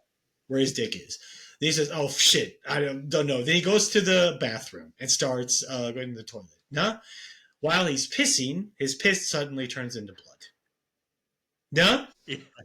Of course, the guy starts losing it. This is what shows that the werewolf that I love it because he's just screaming bloody murder while he's peeing. It's hilarious. yeah, Like, I can imagine this happens to a few people. Like if you catch a VD, like this is what it feels like. You go take a leak and you yeah. see this and you start screaming. Basically, he got the worst VD in the world. It just happens to be lycanthropy. Yeah, exactly. Not because this is clearly then he comes out of the bathroom. This is clearly shown that whatever that Ginger infected him, that he's also now starting to become a werewolf. However, the guy walks out, meets Bridget, and Bridget notices the blood on his pants. Pretty noticing that the same thing happened to Ginger. So Bridget is very good at noticing patterns. Then she walked up to Ginger after that and is like, hey, what the fuck is wrong with you? No? She basically told Ginger what happened. You know what? Well, everything's cool and whatever. He says, I don't know. I'm going to call him, I'm not sure, Casey. I'm not sure his name. He says, with Casey, what was it with? You infected him. Yeah. He's changing like you. No? And she's like, whoop. Oops. like, oops. Yeah? Like, oops, who the fuck cares? I think shortly after that, or before that, when they're changing, you can see Bridget, like taping Ginger's tail up to her leg. So which is getting longer and harder to hide. Yeah, it's getting longer and longer. Like it goes down almost, her tail almost goes down to her knees now. Yeah. So she's taping it around her leg. This is before they went out to school thing had happened. And also shortly before the fight scene between Bridget and Mean Girl happened, this is where the pot dealer comes up with his van. And is like, hey, Bridget, like I had with her. Then Bridget walks up to them, are you on drugs? No? Yeah. And the guy's like, hey, I just wanted to know if the thing with the silver ring worked. And he says, and she's mean to him and says, I'll leave you later on. He's like, yeah, go fuck you. I'm sorry for actually giving this shit. No? And it gets... because he sincerely just wanted to come up and see if everything's okay with her and if what they're doing is working. No? However, no? Then he fucks off, basically. And then after the school day, Bridget visits the pot dealer again. No? And then he goes through research that he's done, by the way, of how he can do things, whatever, blah, blah, blah. Then he came up to another thing that there's a specific plant that Native Americans used to use because for curses or whatever, and that it's actually known that it actually makes makes your blood produce more red blood cells, no? Or stuff like that. So, like, I think it's called is it Wolfswurz? No? Not Wolfsbane? Wolfsbane. I think it's Wolfsbane. I think it's Wolfsbane, no? Yeah. In German's called Wolfswurz or the Gelbwurzel. No? Exactly. Then he says Wolfsbane. No? That you think this could actually help. No? If you inject it. And he says, okay, how could we get this done? And he's like, well, there's multiple ways, but injection, would probably be the best way to get it done. No? He says, where can we get this plant? He says, yeah, well, it grows pretty much everywhere during spring, but this is like in autumn sometime, whatever. He's like, okay, shit, whatever. Then she goes back home and she comes up with the idea. She talks to Ginger shortly after the thing with the Mean Girl happens, that she has to keep her out of people because she's totally fucking losing. She's dangerous at this point. Yeah, she's dangerous. So Bridget comes up with the idea to tell everybody at school that Ginger is sick, and then they'll just lie to their parents and tell them that she's at school. No? Right. And then tries to lock up Ginger, no? In her room at this point. No? Which does not work very well. Well, no, what does not work at all. Because at this point, not entirely sure, I think, why the Mean Girl, no, comes up to Bridget, no, in their house, no? Yeah, in the backyard, yeah. And is crying hysterical at her, whatever. This is, you clearly know where she's just jealous at her, because the Mean Girl is angry that pot dealer apparently is interested in Bridget, no? Even though that's clearly not the case. There's a scene where Bridget and Ginger, go to the pot dealer too, because Bridget tries to convince Ginger that, we have to do something. But Ginger is still convinced that the pot dealer just wants to get in their pants. No? Right. Where there is a short scene before that where Bridget goes with Ginger to the pot dealer. No? He tries to explain a thing or two, exactly what I told about the Wolfsbane of all of that. until Ginger gets onto him. Bridget kicks Ginger out. Then the pot dealer is sitting on his bed. He's like, hey, that's not what I'm doing this. He tries to, he's at this point just, just to Bridget, no, I literally just want to help. I'm not trying any of this kind of shit. No? What do you think? I like the pot dealer. He seems to be a cool guy. No? Yeah, he's fine. Like Yeah, I actually like this guy. He's Yeah. one of the few guys in the film that actually has a personality and is actually trying to help, which is Yeah. cool. Yeah. And however, then we come back now to the scene where Mean Girl is opposing Bridget. No? This pisses off Ginger, and Ginger just decides to now I'm gonna fuck this bitch up. No? Grabs her on the neck, and this is clearly where you can see that Bridget is way stronger than normal people already. Because you have like this girl is like, I would say, bigger than Ginger and could technically easily get out of her grip. No? But Bridget just takes her and is on her and is going through and is like just saying mean things to her. No? In the kitchen, she's crying and hysterical, whatever. She's like, shut up, hitting her on the face, just being super fucking mean to her, whatever. Yeah, it's a rough scene, dude, because she's being extremely rough with this girl. Like, extremely this girl rough. Is scared to death. death. At this point, Mean Girl is totally fucking scared. Now Ginger is saying like all these mean things, these cruel and awful things she's going to do to her, and the best thing is still when Ginger holding her like, shut up. Well, however, from panic starts to puke. And Ginger lets her go. You fucking says something mean to her.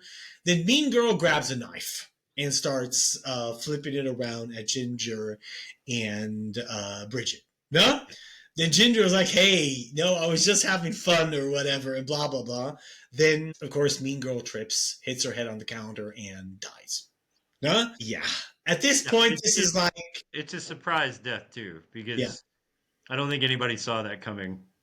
At least I didn't, No. You still there? Yeah, I'm still there. You were gone for a second. Yeah, it's freezing. It's freezing a lot on this end too. I'm getting like half of what you say. Yeah. But I mean, I'm still able to follow along, so I think we're good. Yeah. Okay. Just continue. We'll see if it gets any better. However, well, then you see like, now Mean Girl is dead and her blood is going out on the floor. In the same moment, the parents come back and they're like, oh shit, we have to do something, whatever, blah blah blah. No? This is like where.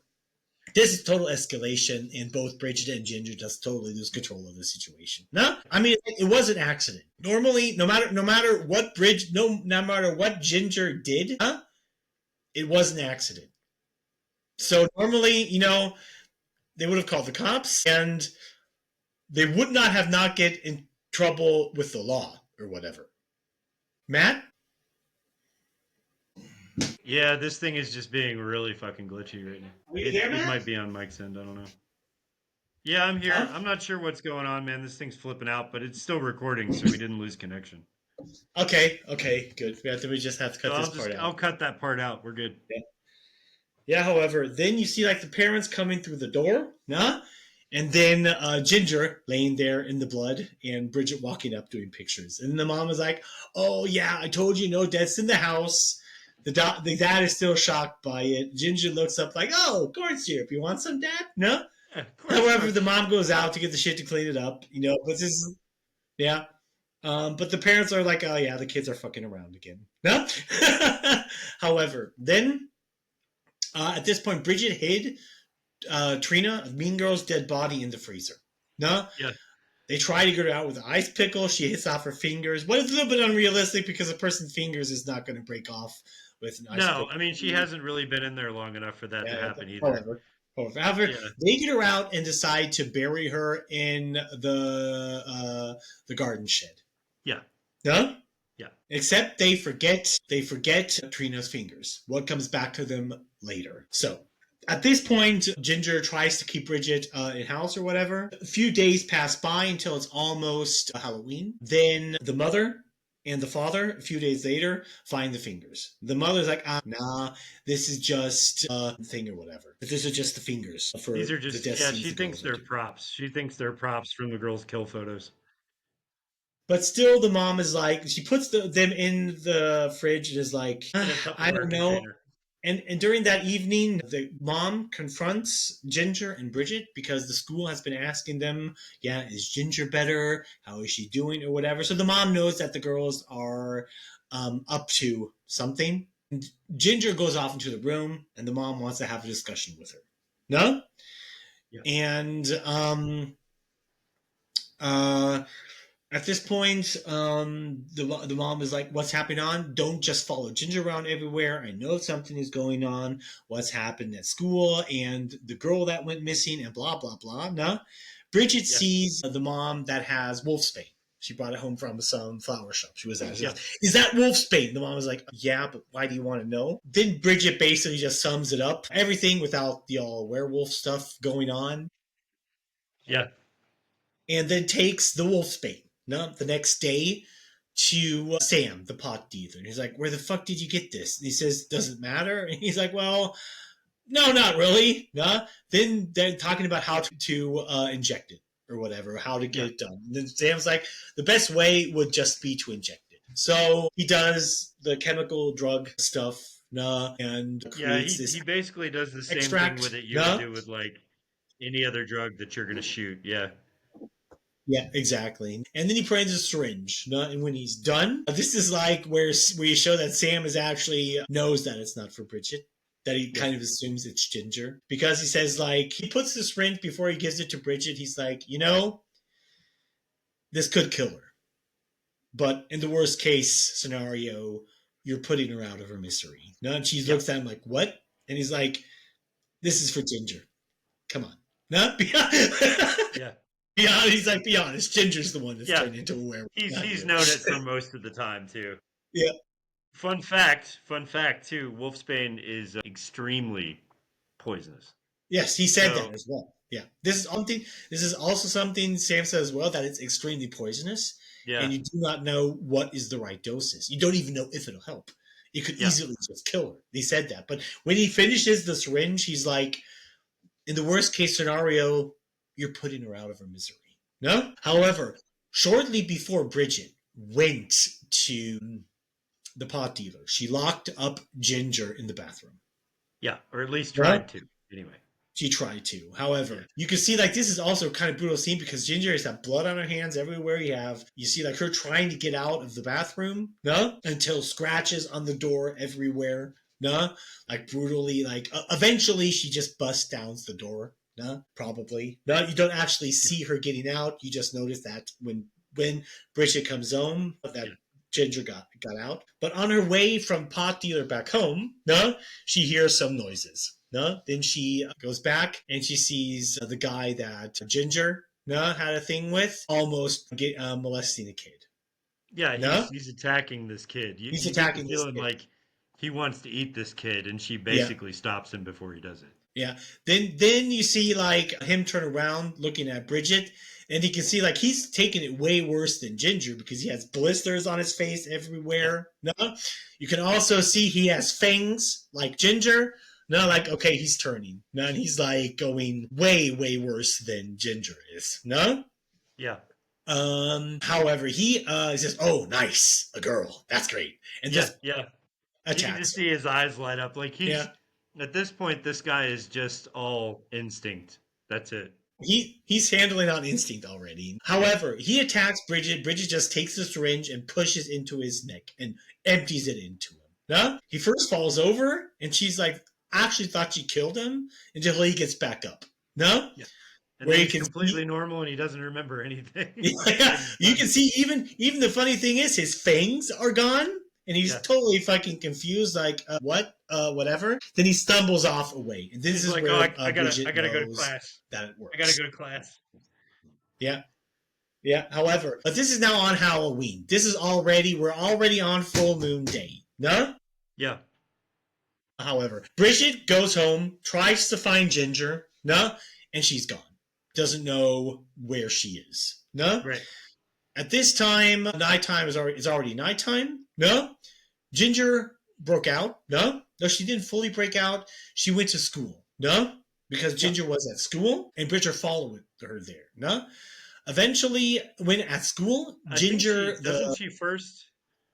Yeah, she goes to the school. That's right. Yeah, she goes to school. She goes to the school first, exactly. Then the teacher approaches her, says, "Hey, Ginger," because she flips off. She flips off the two guys, showing that she's naked underneath. No, Yeah. and the teacher's like, "Ginger, come on to the classroom." No.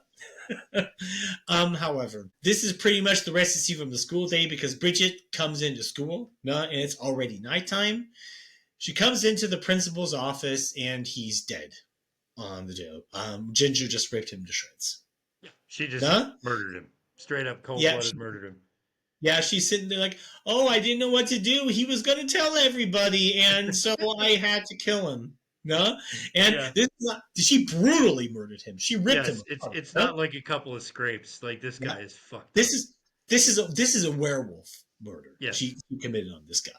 However, no, Bridget just says like, "Okay, no, I'm going to find something to clean this up.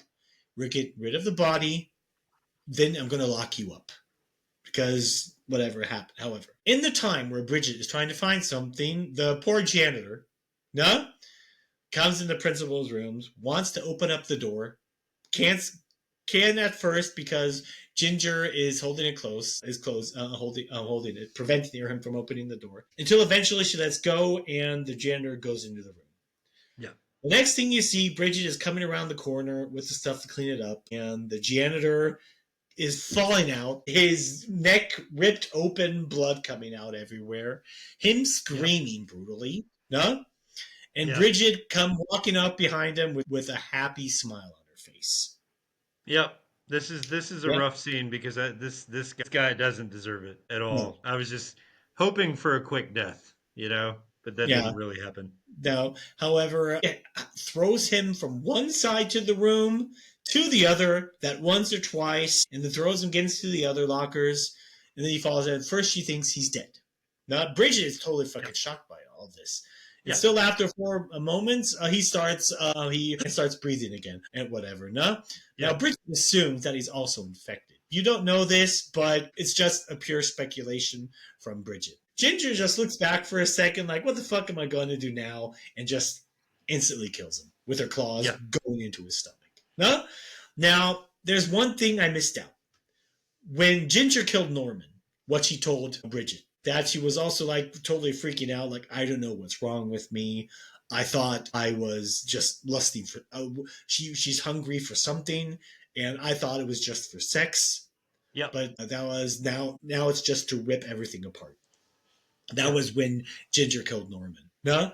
Before you can realize that she was losing it. However, no? At this point, there's a fight, actually, that goes on between Bridget and Ginger. No? Because Ginger is now fully lost it. Yeah. No? She's a full werewolf. I don't actually... Basically. She's going full werewolf now. No? Well, I mean, however, as far as, like, instincts go, she is, Yeah. She hasn't made the full transformation yet, but this is about as close as it gets before that. Yeah. Yeah. Exactly. Like her crawling on the floor and hey, it's so fucking awesome. It's like now she's giving in, explaining to Bridget how awesome it just is to be like this. You feel so powerful, so free, and all of that. I'm not entirely sure how and why, but eventually Ginger leaves, and she also tells Bridget that hey, I'm gonna go give your friend a visit. Your boyfriend. Yeah. So obviously where she's going. Then you see Bridget walking down the streets at night looking for Ginger. They're trying to get to this party where Ginger was until the mom pulls up on Bridget. What I forgot to mention is that the mom was suspicious of whatever happened, went into the shed, saw the fresh digged up earth, dug it back up, and found the body of the dead girl. Yeah. So the mom is like, where is Ginger? And don't lie to me. Then Bridget was just like standing there looking at her mom like, shit, fuck, because she knows that something went off. And of course, then Bridget gets in the car and her mom basically pulls info dumps on her what all she's found. She's found the fingers. Right. She's found the dead body and this and that and blah, blah, blah. And Bridget is sitting in there like, and this is like the first thing where you think like you're not really sure if the mom is just trying to protect her daughters or if she's a total fucking psycho. Yeah. Because she's sitting in there like, okay, what we're gonna do is we're just, gonna get rid of the body and then we're all gonna disappear. Fuck dad. he can stay at the house. I don't give a shit about them. Just us girls. We're going to disappear. Yeah. And we're going to go somewhere else and change our names. Everything's going to be cool. Yeah, it escalates I mean- super fucking quick because she's like, it's okay. It's okay. I'm here for you. I've always been here for you. So I know what we're going to do. We're going to go home and light a match and burn the house down. Like Bridget's like, what the fuck? Like she's already got this shit figured out to where it escalates so quickly. And then we're just going to leave town. Like, no, Mom, slow down. I think she even asks about Dad too. She's like, "What about Dad?" And I can't remember what the mom says, but it's some really she said I'm not sure what she said. She's something like, fucking who needs him? Something like that. That's not what she said literally, but yeah, that's fuck kind Dad. of fuck Dad. That's pretty the vibe she brought over. They pull up to the party. Yeah. That's at the pot dealer's house. Yeah. And then the mother says, "Hey, go in, get your sister, and if not, I'll be coming in a few minutes." Bridget, basically to the end says, "Hey, Mom, don't beat yourself up. None of this is your fault." And this is where the mom just looks at is holding the beer, says, "Yes, it is. This is all my fault." Well, yeah, and it's Of course like she's gonna blame herself. I mean, any of mom course. would. I mean, it's just like this is what makes the mom quite an interesting character, because you have no idea. It's kind of like what a lot of psychopaths and assholes do is they blame it on everybody but themselves, specifically bad parents. Yeah. But my dad always told me this. My dad always says, if your kid turns out to be a criminal or fuck up shit or do whatever shit that disappoints you as a parent, my dad always told me it's not the kid's fault. It's always the parent's fault. If you see a fucking asshole kid running around or people in their early 20s being total fucking dicks and cunts, my dad says it's always the parents' fault. It's never the kid's fault. Unless the kid has some type of psychopathy, in which case there's really no way to fix that. But neither of these girls had that. Of course. My dad always said it doesn't mean that they're bad people.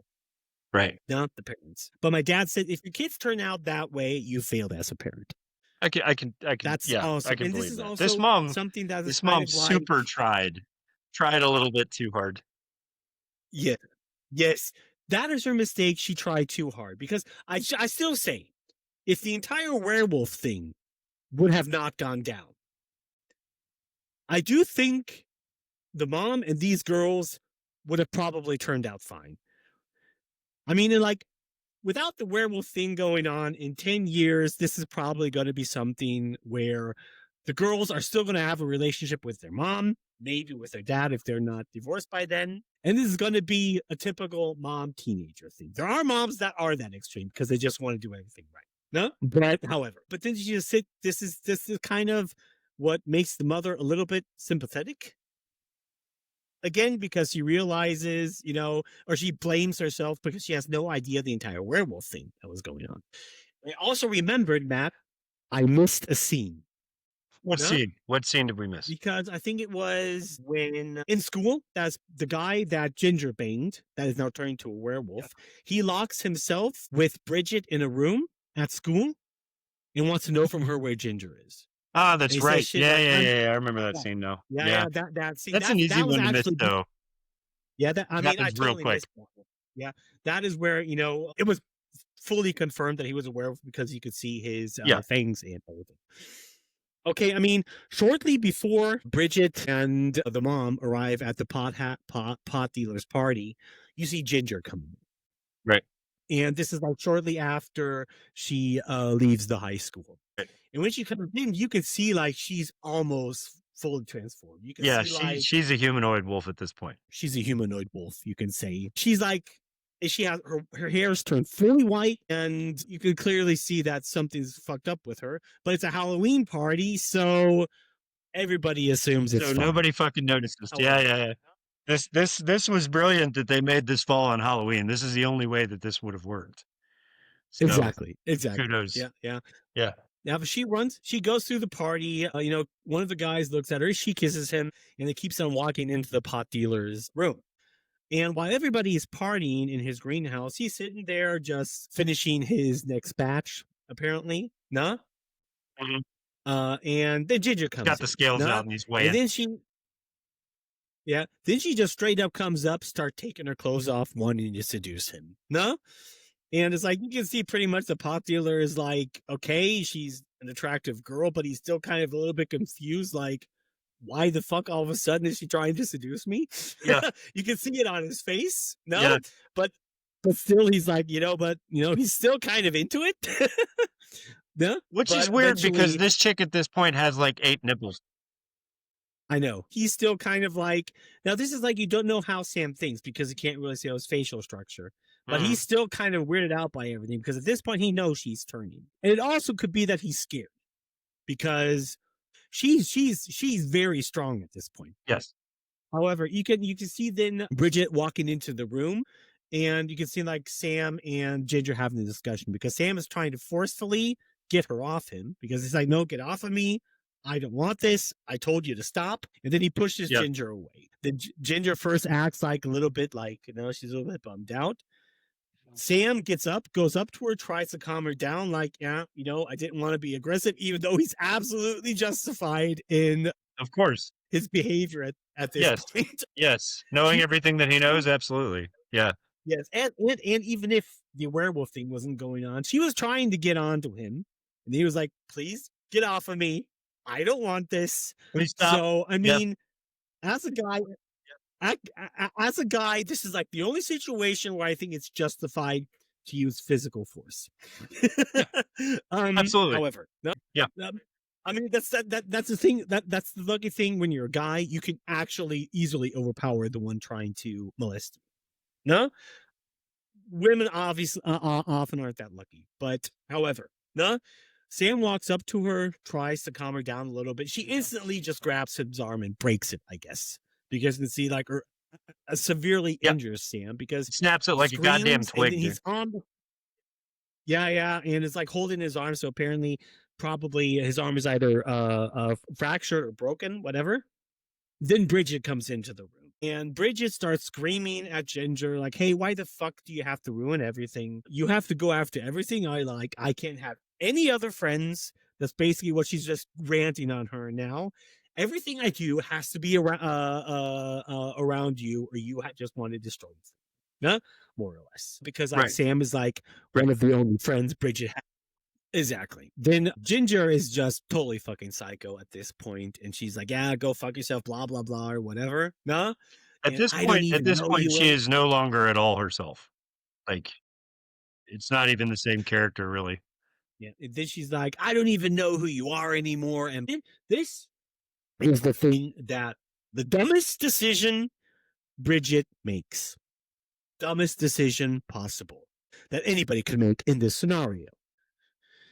She cuts her hand with a knife and cuts Ginger's, and then puts their hands together. Says, "Now I'm like you."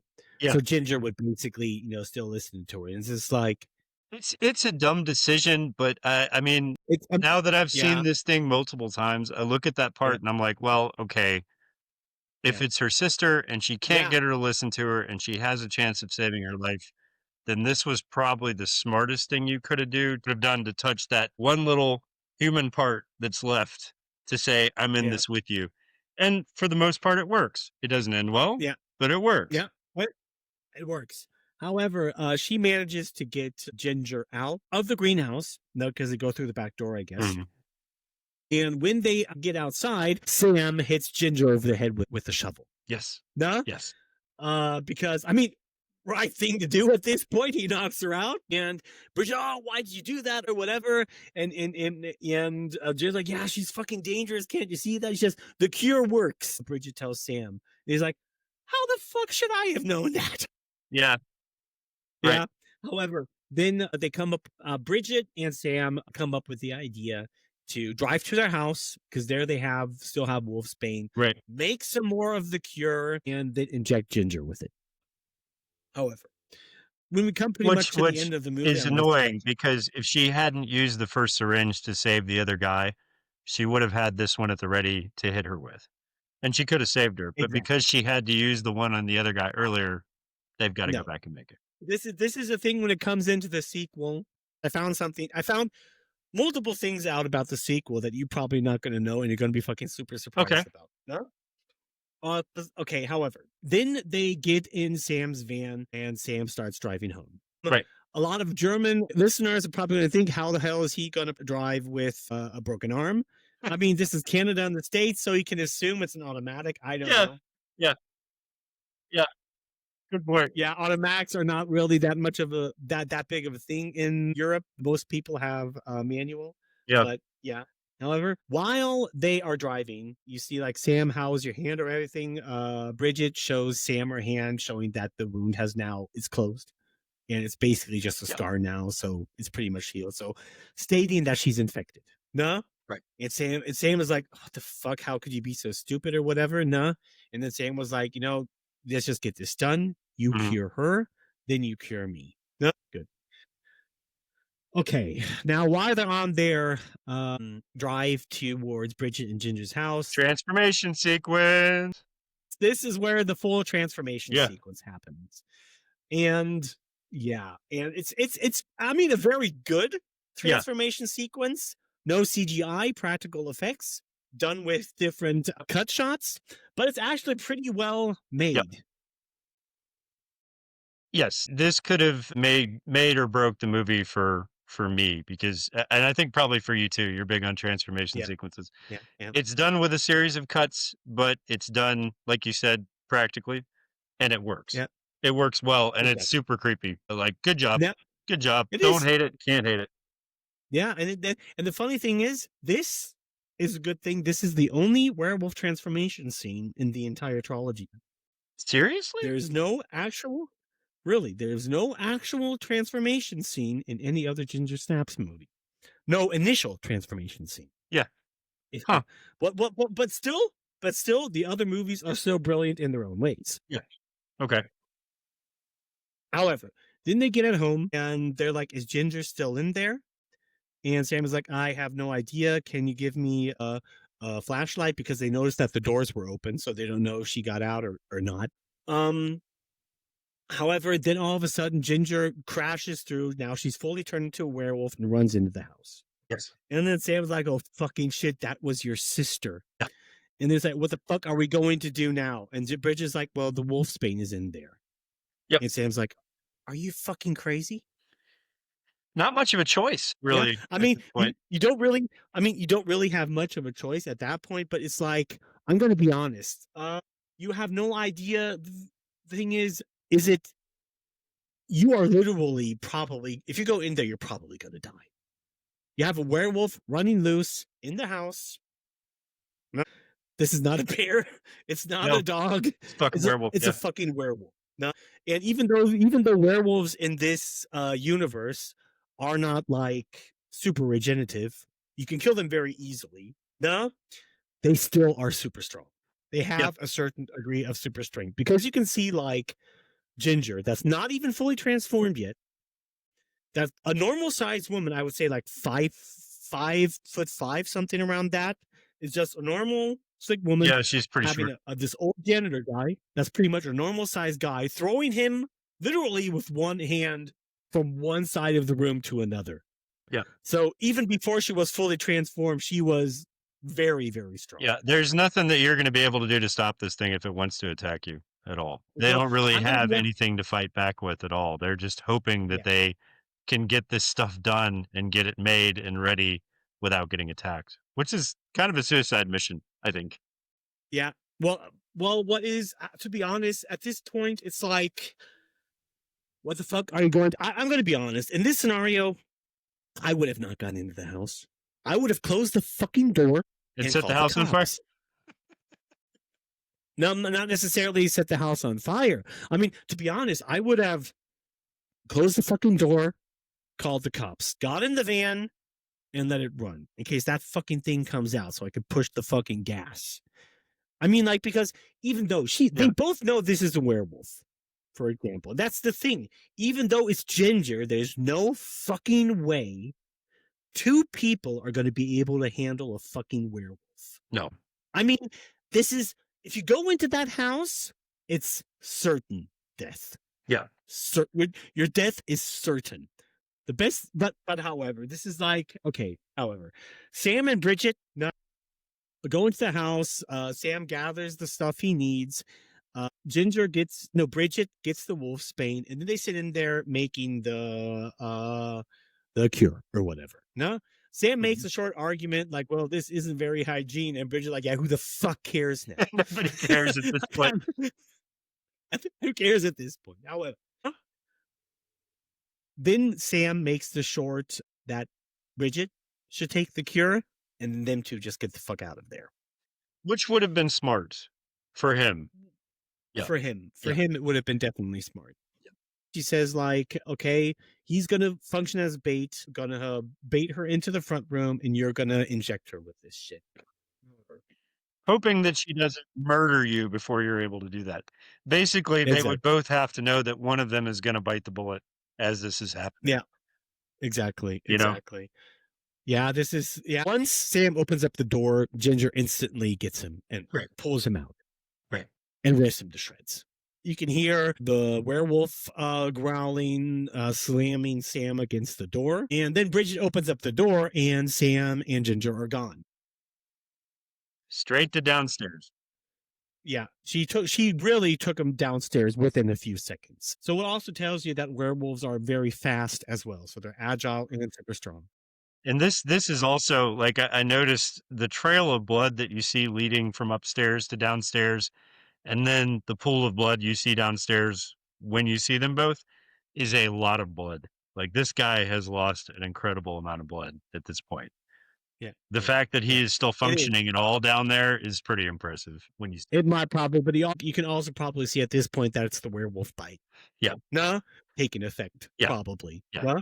Yeah, that's probably why he's still alive. However, Bridget walks down into their room and sees follows the blood trail down into their room, where she sees Sam's dead body and Ginger, standing as a werewolf on top or by the side of him.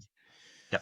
Now, this is where it shows scene that a part of Ginger still is there because Ginger doesn't attack her yet. But you can make multiple assumptions at this point.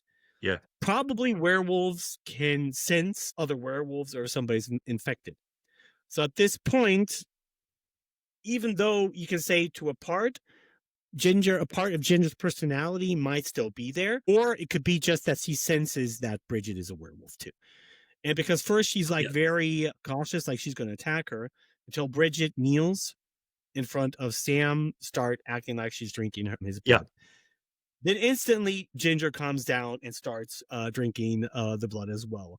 Which struck me as a little strange. Like every time I've watched this, I've looked at that and been like, okay, werewolves don't generally drink blood, but that's kind of what she's doing. No, she's not tearing away at his body or anything. She's drinking the blood off the ground, and I was like, generally not, but skinwalkers also did this. That werewolves drink blood, that they're addicted to blood. Oh, that's true.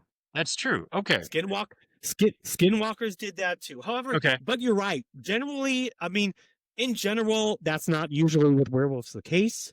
But also not this time. It's kind of like she just got her kill. Who knows why this scene happened? Yeah. However, because Bridget is definitely not really that much turned, it grosses her out and she starts puking. You can instantly see Ginger start and that pisses her sister off. That pisses Ginger off totally. Bridget's like, fuck you, I can't do this. I'm not like you. Ginger then instantly just bites Sam in the neck. Instantly killed. No? Yeah. Then you have a cat-mouse thing going on because Ginger now just fully attacks Bridget. No? Kind of following her into the room. No?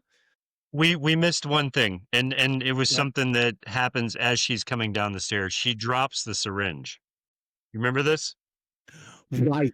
Yeah, right, she has the syringe full of wolfbane. She's coming down the stairs where Ginger has dragged him away, and it falls, but it falls underneath the stairs, right? And so there's this scene of her trying to reach the syringe from the stairs, like on top of the stairs. But it's kind of, you could blame this on the moment, right? So adrenaline's flowing. You're not really thinking about it. She could have reached around the stairs and underneath and grabbed it. And she didn't. She tried to reach through the stairs. And I was like, no, reach around the stairs and grab it. But she didn't do it at all. And I was just like, okay, I'll chalk that up to her not really being in the right frame of mind at the moment. Yeah. But she never gets the syringe back. I mean, it's the syringe back, and you probably not have that much time to think logically if you have a werewolf in the same room with you attacking you. Right. However, Ginger, Bridget tries to get away from Ginger, but does not really work because Ginger is, of course, as a werewolf, way Yep. faster and catches Right. up to her. Eventually, Bridget goes to her drawer where she put the knife that previously Ginger tried to cut her tail off with. Right. And just pulls it out. No, and this is the last season where one of the final scenes where you see Ginger coming around the bed, around their two beds, growling at her. Bridget, for the last time, trying to reason with Yeah. Ginger, With hoping that's whatever's still left of Ginger. Yeah. whatever is left of Ginger. Ginger just jumps instantly at Bridget. You can see her, like attacking her.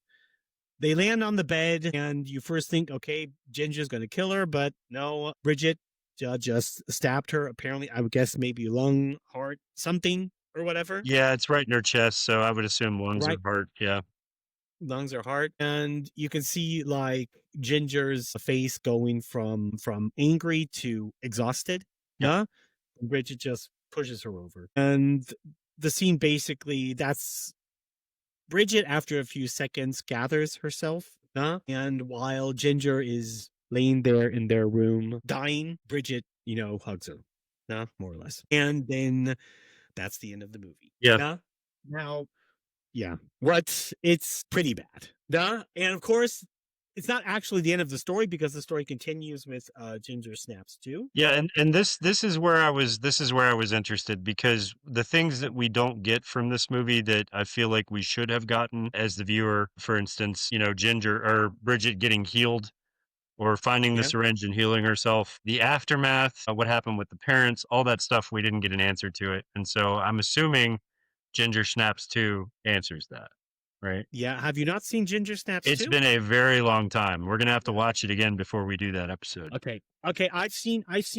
Okay, Ginger Snaps is one of my favorite werewolf movies and trilogies, and you know how I am with my favorite movies. I watched them countless times. Right. So I know these movies in and the lore. And the thing is, the problem is, the wolf's bane technically is not a cure. It's just a treatment. The wolf's bane will suppress the werewolf Oh, transformation. shit. That's it. Okay. That's all it does. Okay. But any transformations that have already happened, it's not going to reverse. Okay. That's the issue.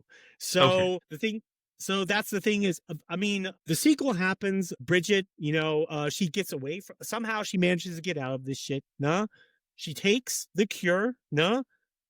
Through Sam knows how to recreate it. So she gathers a lot of fucking wolfsbane and basically kind of lives like a nomad in motels or whatever, kind of cheating her way through everything.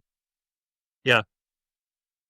But instantly knowing that the wolfsbane is just suppressing her transformation. Right. And kind of slowing it down.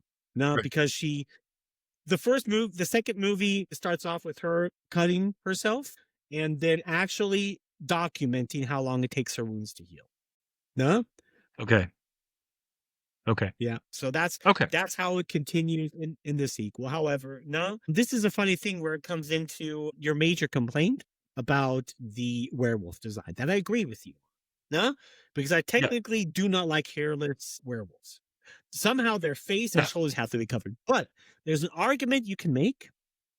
With this in the first one, I have to research. I haven't researched it much. Maybe this might be lore canon. I'm not sure. All other werewolves in the second and third part. In the second movie, there's also only one werewolf. You can logically make the assumption it's the guy that Ginger banged. Specifically because it's stated that it's not a cure. It just suppresses the transformation. Right. It would have He to be him. eventually turned. Yeah. He's eventually turned, and now he's after Bridget. Okay. Because he wants to meet with her. Okay. What makes sense? Yeah. Because when he was turned to a werewolf, he wanted to bang Ginger. He was super fucking horny. Yeah. So that part of him is still left. However, Good to know. That part hung around. The argument I want to make, in this kind of werewolf transformation, you can pretty much say you're metamorphing into an entirely new being. Once you've turned into a werewolf, you're gone. Yeah, you're dead, basically. What comes out is an entirely new, dangerous creature. Now the thing is, if you go to how mammals are born, all mammals are born without hair. Right. Okay. I Technically, see where you're going with you can that. make the statement that this is why Ginger was hairless, because I guess once the werewolf transformation starts, that's a major stress and a major damaging transformation the body goes through. That Right. you could basically see a newly transformed werewolf has no hair, but all of that fur eventually, after let's say days, weeks, whatever, will grow Okay. so that they look like the werewolves in the later films. Okay. That's an argument you can make. No? I'd say that And sounds pretty specifically sound, because you don't honestly, really see it. especially if the werewolves we see in the next two movies Yeah. are covered in fur. Yeah. Okay. Yeah, I'll buy I mean, that. that's how I explain it logically away, because you don't really see that much of a picture from the werewolf, because you see the werewolf Ginger's attacked by. When it first attacks her, it looks like something jumping her with fur. Yeah, it did. No? That's true. Yeah. Yeah, so that's kind of also, the thing that I had going on. And now, one thing that's going to fucking blow your mind. You remember the little psycho girl from the sequel? Yes. Yes. Yes. I just found out what actress that is. Who is it? And I was like, I blew my mind. No? The actress who played She-Hulk. Get the fuck out of here, dude. Really? No shit, dude. This is like Okay. That's Tatiana, odd. whatever her name. Tatiana, God damn it. I've seen this movie so much. It's been years since I've seen it the last time. I think I have all three of them on DVD, but I had no fucking clue it was the actress that played She-Hulk. No, That's fucking crazy. idea, I mean, dude. it makes sense. It makes sense that we didn't know, though, because she's just a little girl in that film. Yeah, So she yeah, really but I mean, doesn't bear now, resemblance to her, but that's nuts. no, I Okay. went through the scenes now, not knowing her, seeing her in She-Hulk, and if you watch the movie, okay, you'll recognize her. You'll know now that that's her, because you can Okay. see by her face. Okay. But That's wild, this man. is just Okay. instantly when I was like, when we Okay. were recording, we were recording because I accidentally clicked on Ginger Snaps 2. Then I saw the Uh-huh. cast. I'm like, what? Okay. Yeah. Where the fuck was She-Hulk in there? Then I looked at her name, and like, oh no. That's nuts, dude. Then I checked That's the crazy. pictures. I'm like, fuck no. There's a lot of that, at least with horror. They'll get their start in horror somewhere, and then later they'll pop up and be bigger actresses. But Another thing I wanted to bring up. Emily Perkins, the actress who plays Bridget. Now, one thing I Yeah. think is a very big shame is that both Emily Perkins and Catherine Isabel were way bigger than they are. I mean, I guess they're still acting and they're somehow involved in all the Hollywood. So I guess they're, doing pretty fine. yeah, I just saw Bridget recently in a film. I can't remember what it was, but it was a Yeah. recent film that came out, and I think it was horror as well. I just can't remember which one it was. Yeah. However, it's just like, I think it's kind of a shame because I think only going by this movie, the acting from these two women is, phenomenal. Their acting in this Fantastic. Yeah. movie is fantastic. And the funny thing Yeah. is, one thing I found out about Emily Perkins, the one thing I knew Emily Perkins from was Supernatural. Yeah. No? Because she's a reoccurring character. She's a reoccurring character. Yeah. Yeah. And I thought that was what I mainly knew her by until yesterday I found something out. As a child, she also played in a very famous horror movie when she was very, very younger. What in movie? the 80s. She's older than us, by the way. Can you guess what movie it is? Okay. It. What? Stop. Seriously? She was, when they were kids, the little girl from the Losers Club. No You can look shit. it up. It's Emily Perkins. No shit. That was No her. shit. Holy That crap, was her. dude. All right. This is another thing I found out, and it was because I think I researched Welcome to Derry, I think. Now I was looking something up. No, and then I saw a Yeah. picture of the Losers Club. And I saw a picture of her because I just saw Ginger Snaps previously. It's like, nah. Then I looked up the Yeah. cast of the original It, and yes, it's Emily Perkins. That's crazy.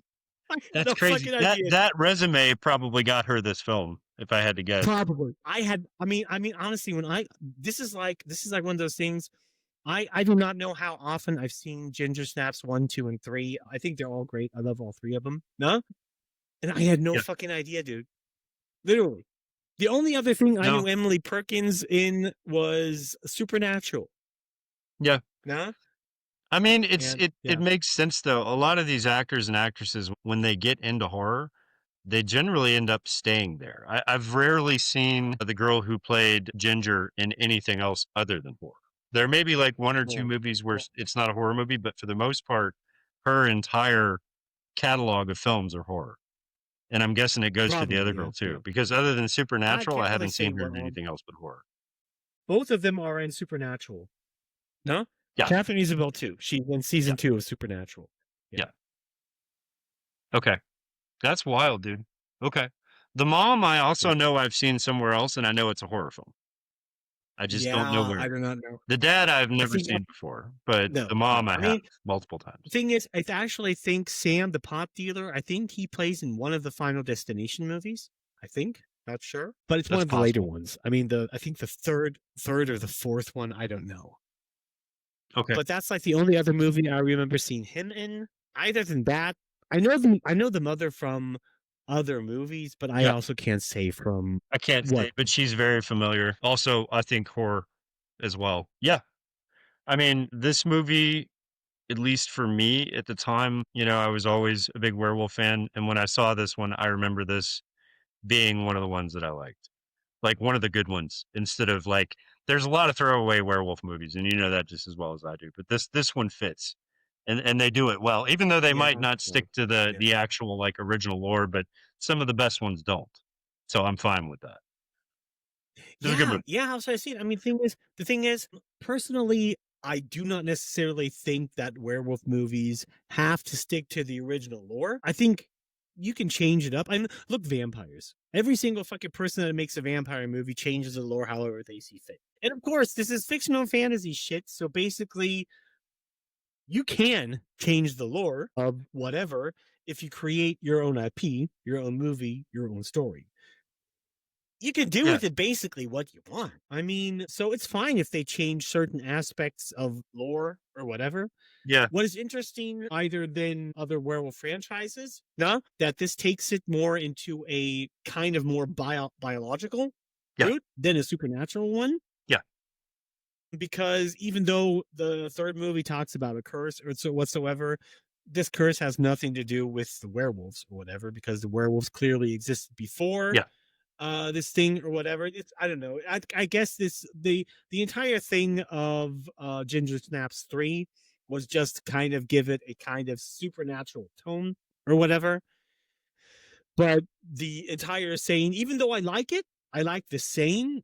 However, the kind of curse thing they're putting up, it does not really make sense to the plot. It just sounds insanely cool. Yeah, that happens with But sequels though. They'll other try than to that, interject if you go something through new the into it. That's normal.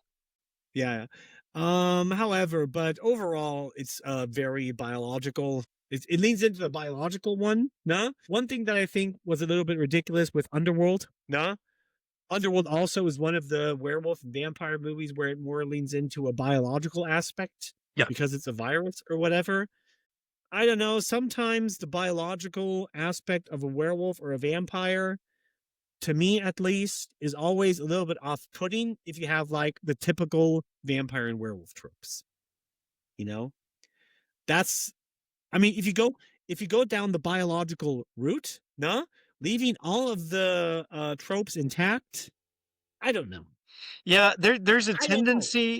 tendency in horror films, especially vampire and werewolf films, to take something too far and to try to explain it away too much. And we talk about this a lot with horror movies, where if you have a good story and you have something that's mystical and you don't understand it, sometimes explaining stuff away ruins it. And with werewolf films, it's nice to think that these people live in a world where they don't really have that much of an idea about werewolves, and they have to kind of figure it out along the way. And somehow I appreciate that more than there being a book of rules that you have to follow. And this is why this happens. And this is how you kill them. And it's better to just have them try to figure it out. And in my opinion, those have been the better movies. Now, at the end of the movie, if they find something that says, hey, look, this is how we're supposed to kill them, that's fine. But leave it up to mysticism to keep the monster from what interesting. perspective. Yeah. I mean, it also depends on from what perspective the story is being told. I mean, I would not consider Underworld even the first part. Now the other ones were very, very different from the original one, but that's an entirely different thing. I could explain why. I can assume why, but I can't say for sure. Underworld is told through the perspective of the werewolves and the vampires. Yeah. That per se. So they have their own set of rules that they already makes it just not. Yeah, it's not really horror. Now the thing is, Underworld is a straight ripoff of Vampire the Masquerade and Werewolf the Apocalypse. Straight up. I mean, even the Lionsgate was sued from White Wolf for this. No? However, the thing is, this is also a thing where you can very, very heavily lean into lore, explain a lot of things away, but still having a kind of aspect to it. The different thing about these things are, in these kind of stories, you are the kind of monster that makes it a little bit different. What makes the entire mystery thing a different dynamic. But, for example, the entire origin of the vampires, for example, in Vampire the Masquerade, even though there's a clear rule book going by, the entire thing is basically a religion. It's told as a mythology. And it is specifically written that way. Mm-hmm. Example, the vampires were created by Cain. He was the first vampire. He created vampires. They created vampires. The third generation revolted against the second generation. No, killed them. Cain was pissed off and cursed them. That lead to this curse. Him cursing the vampires of the third generation led to the creation of all these 13 different vampire species. Right. That basically is in Vampire the Masquerade. Yeah. That is what the most vampires believe. No? Yeah. But just like this, that is basically the entire origin of the vampires is a religion. Yeah. No? There are multiple factions that totally denied the existence of Cain. They never thought he existed. No?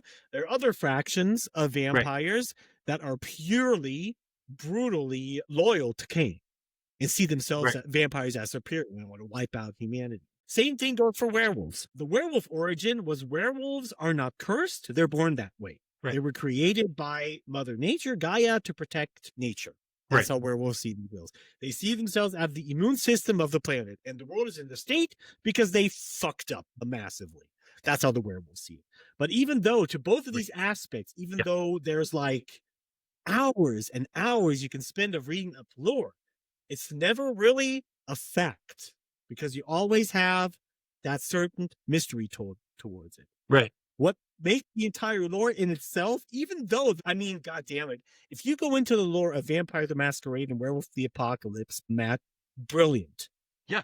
That's why these two things became one of my favorite vampire and werewolf franchises, because I love it. I just think the entire lore and the story around it, and this is like when I came out, when you say like Underworld ripped off Vampire the Masquerade.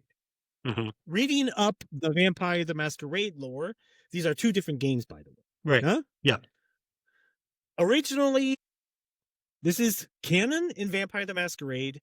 In the medieval ages, there was a vampire elder of the Samishi clan that tried to enslave werewolves, using them as servants. This eventually failed. Right. The werewolves revolted because the only vampires that are strong enough to go against a werewolf are elders. That means vampires that are 300 years or older. Any other vampire that goes up against a werewolf is going to get slaughtered. Right. No? And this is eventually what happened. Eventually, werewolves never like vampires because they see them as abominations and creations of the worm. And everything that's not natural has to be destroyed. That's how werewolves see it. So that's why they generally hate vampires. But the werewolves saw this as a declaration of war. This was even during the witch burning and all of the Inquisition. As you the would. The vampires first had to deal with humans, wiping them out, and the werewolves. Right. And there were certain areas in Romania where the werewolves literally almost wiped out all vampires. Yeah. Yeah. Because of this. And this is like the main thing. This action was why the most werewolves usually attack vampires on sight. This is the main reason why in lore, vampires never leave cities, because they know on the countryside they take the risk of werewolves. Getting murdered. That's why they never leave cities. In Vampire the Masquerade, vampires never leave cities because they're terrified of werewolves. Yeah. The lore is cool. Uh, I've read up on most of it because I'm a fan of both things. My only wonder is why have we not seen a retelling of this in either a series or a movie? Because this seems like cinema gold, like something that they would make a lot of money off of if it's done well. You know, If it's done well. I would love to But see that. I I don't know know why it hasn't happened. I know the only thing you have like is you have a lot of video games that are like interactive novels. You can buy, they're great by the way, if you want an interactive novel. You have like the Coterie of New York trilogy, Vampire the Masquerade, great. Bloodlines 2, I liked it even though it flopped and a lot of people didn't like it. I don't know. I liked it. It's an open world action adventure game with a Vampire the Masquerade setting. That's it. It's not Yeah. like a You're full-blooded not going to please RPG like the everybody, first though. one. I mean, it's not like a full-blooded RPG like the first one was, but, you know, how should I say it? Even though it has its flaws and it's just a mediocre game, I liked it for the story alone. Yeah, well, But I what I mean, wanted to bring you up, have to be interested in the subject matter too. It's kind of like Werewolf yeah, the Apocalypse. Like I played that and holy yeah, shit, great game, but you have to be interested in the lore to really yeah, like it. And that's probably why they don't do well. There's not that many people yeah. that are interested in it. One thing I wanted to bring up because I wasn't finished with my argument. You remember Yeah. the vampire elder that tried to enslave werewolves in the medieval age? Know what his canon name in Vampire the Masquerade is? What? Richter. Get the fuck out of here. Okay. And this is crazy. When the creators of Underworld tell me or say like, because if you go into Underworld lore, a lot of fans are talking like, yeah, the creator of Underworld. It's like, how could they not possibly think that not somebody would go against it? If you go Underworld, starting from the plot, I Yeah. mean, even the leader of the vampire has the same fucking name. Yeah. It's a blatant ripoff. It's a blatant ripoff. I mean, the entire backstory of Underworld is literally straight out from Vampire the Masquerade. The costumes are Vampire the Masquerade from Yeah. the Clan Van. The designs of the Yeah. werewolves And even that's from Werewolf the Apocalypse. yeah, and that's why they got sued and lost. I mean, it was Yeah. blatant, you know. Well. Actually, it never went. It never went to court. Oh, I thought they actually got sued. No, Okay. no. White Wolf filed a lawsuit. There was a lawsuit going on, but it didn't go to court because the film studio and White Wolf came to some agreement. Okay. What that is, nobody knows. You can't find anything officially. Yeah. So because there was no actual court case, there's no actual anything you can look up. You can only look up that White Wolf filed a lawsuit, but it never went to court because outside of Okay. court, the two companies came to an agreement. Okay. That I guarantee you is specifically why all other Underworld movies were so different from the first one. Yeah. It probably also explains why we never got any video games from that movie trilogy too, because usually if something is that popular and does that well, which those movies did do well, there would have been some type of video game adaptation, but there wasn't. I'd often wondered about that myself because that would have been great. Yeah.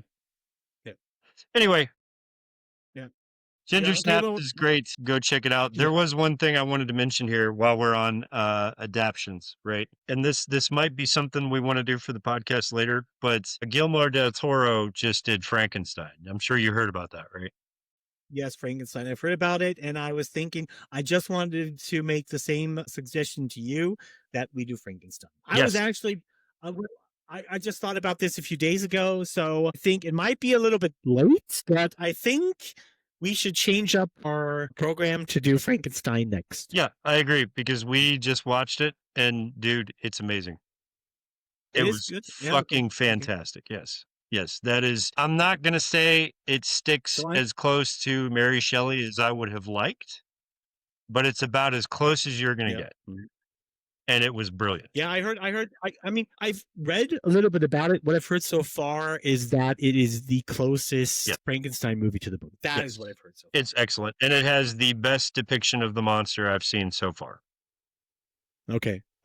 Yeah, sounds This good. I mean, thing is I a was- hulking monster beast, but Yeah. he also has all the parts of Frankenstein that made the story interesting to begin with. They humanize him. You kind of see everything that leads him up to be what he is towards the end and what his motivations are. it's fucking brilliant. And Guillermo del Toro, pretty much anything he touches has been good. Yeah. Everything. There hasn't Yeah, been that's- anything he's done that I haven't liked. So I was super excited for this, and I'm really glad they gave it to him because he did a bang up job on it. He really did, yeah. and I can't wait to do that one. Yeah, okay. Well, then I was going to suggest the same thing, and we're both online. Then our next episode is going to be Frankenstein, the new one. Totally down. Yeah. Let's do it. Yeah.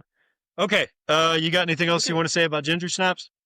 No, actually, I mean 1,000 things, but I'm going to Yeah. leave it up for the sequel. Just watch No, it. It's one of those Yeah. that you're either gonna love it or you're not gonna like it. Yeah. But I mean, if For me- you like horror movies, you're probably gonna like it. It's pretty good. It's one of the best. I mean, I still say Ginger Snaps is one of the most a very unique and one of the most best werewolf trilogies in movies made. Yeah. I love it, but it's werewolves and vampires, so I could probably go on for multiple other hours. Or of Yeah. nerding I out the think lore the formula is good. The formula is good as long as you don't step too far away from the formula and try to make it something different. You can't fuck it up. As long as you don't pull a Wolfman, you know. Oh God, oh man, that was Trash. That Okay. movie- Okay. yeah, Cool. Yeah. Yeah. Yep. In that case, hope you enjoyed the episode, guys, and we'll see you next for Frankenstein. So until then, I'm Matt. Exactly. I'm Mike. We'll see you guys later. See you later. Bye. The blackest dies. The darkest dies.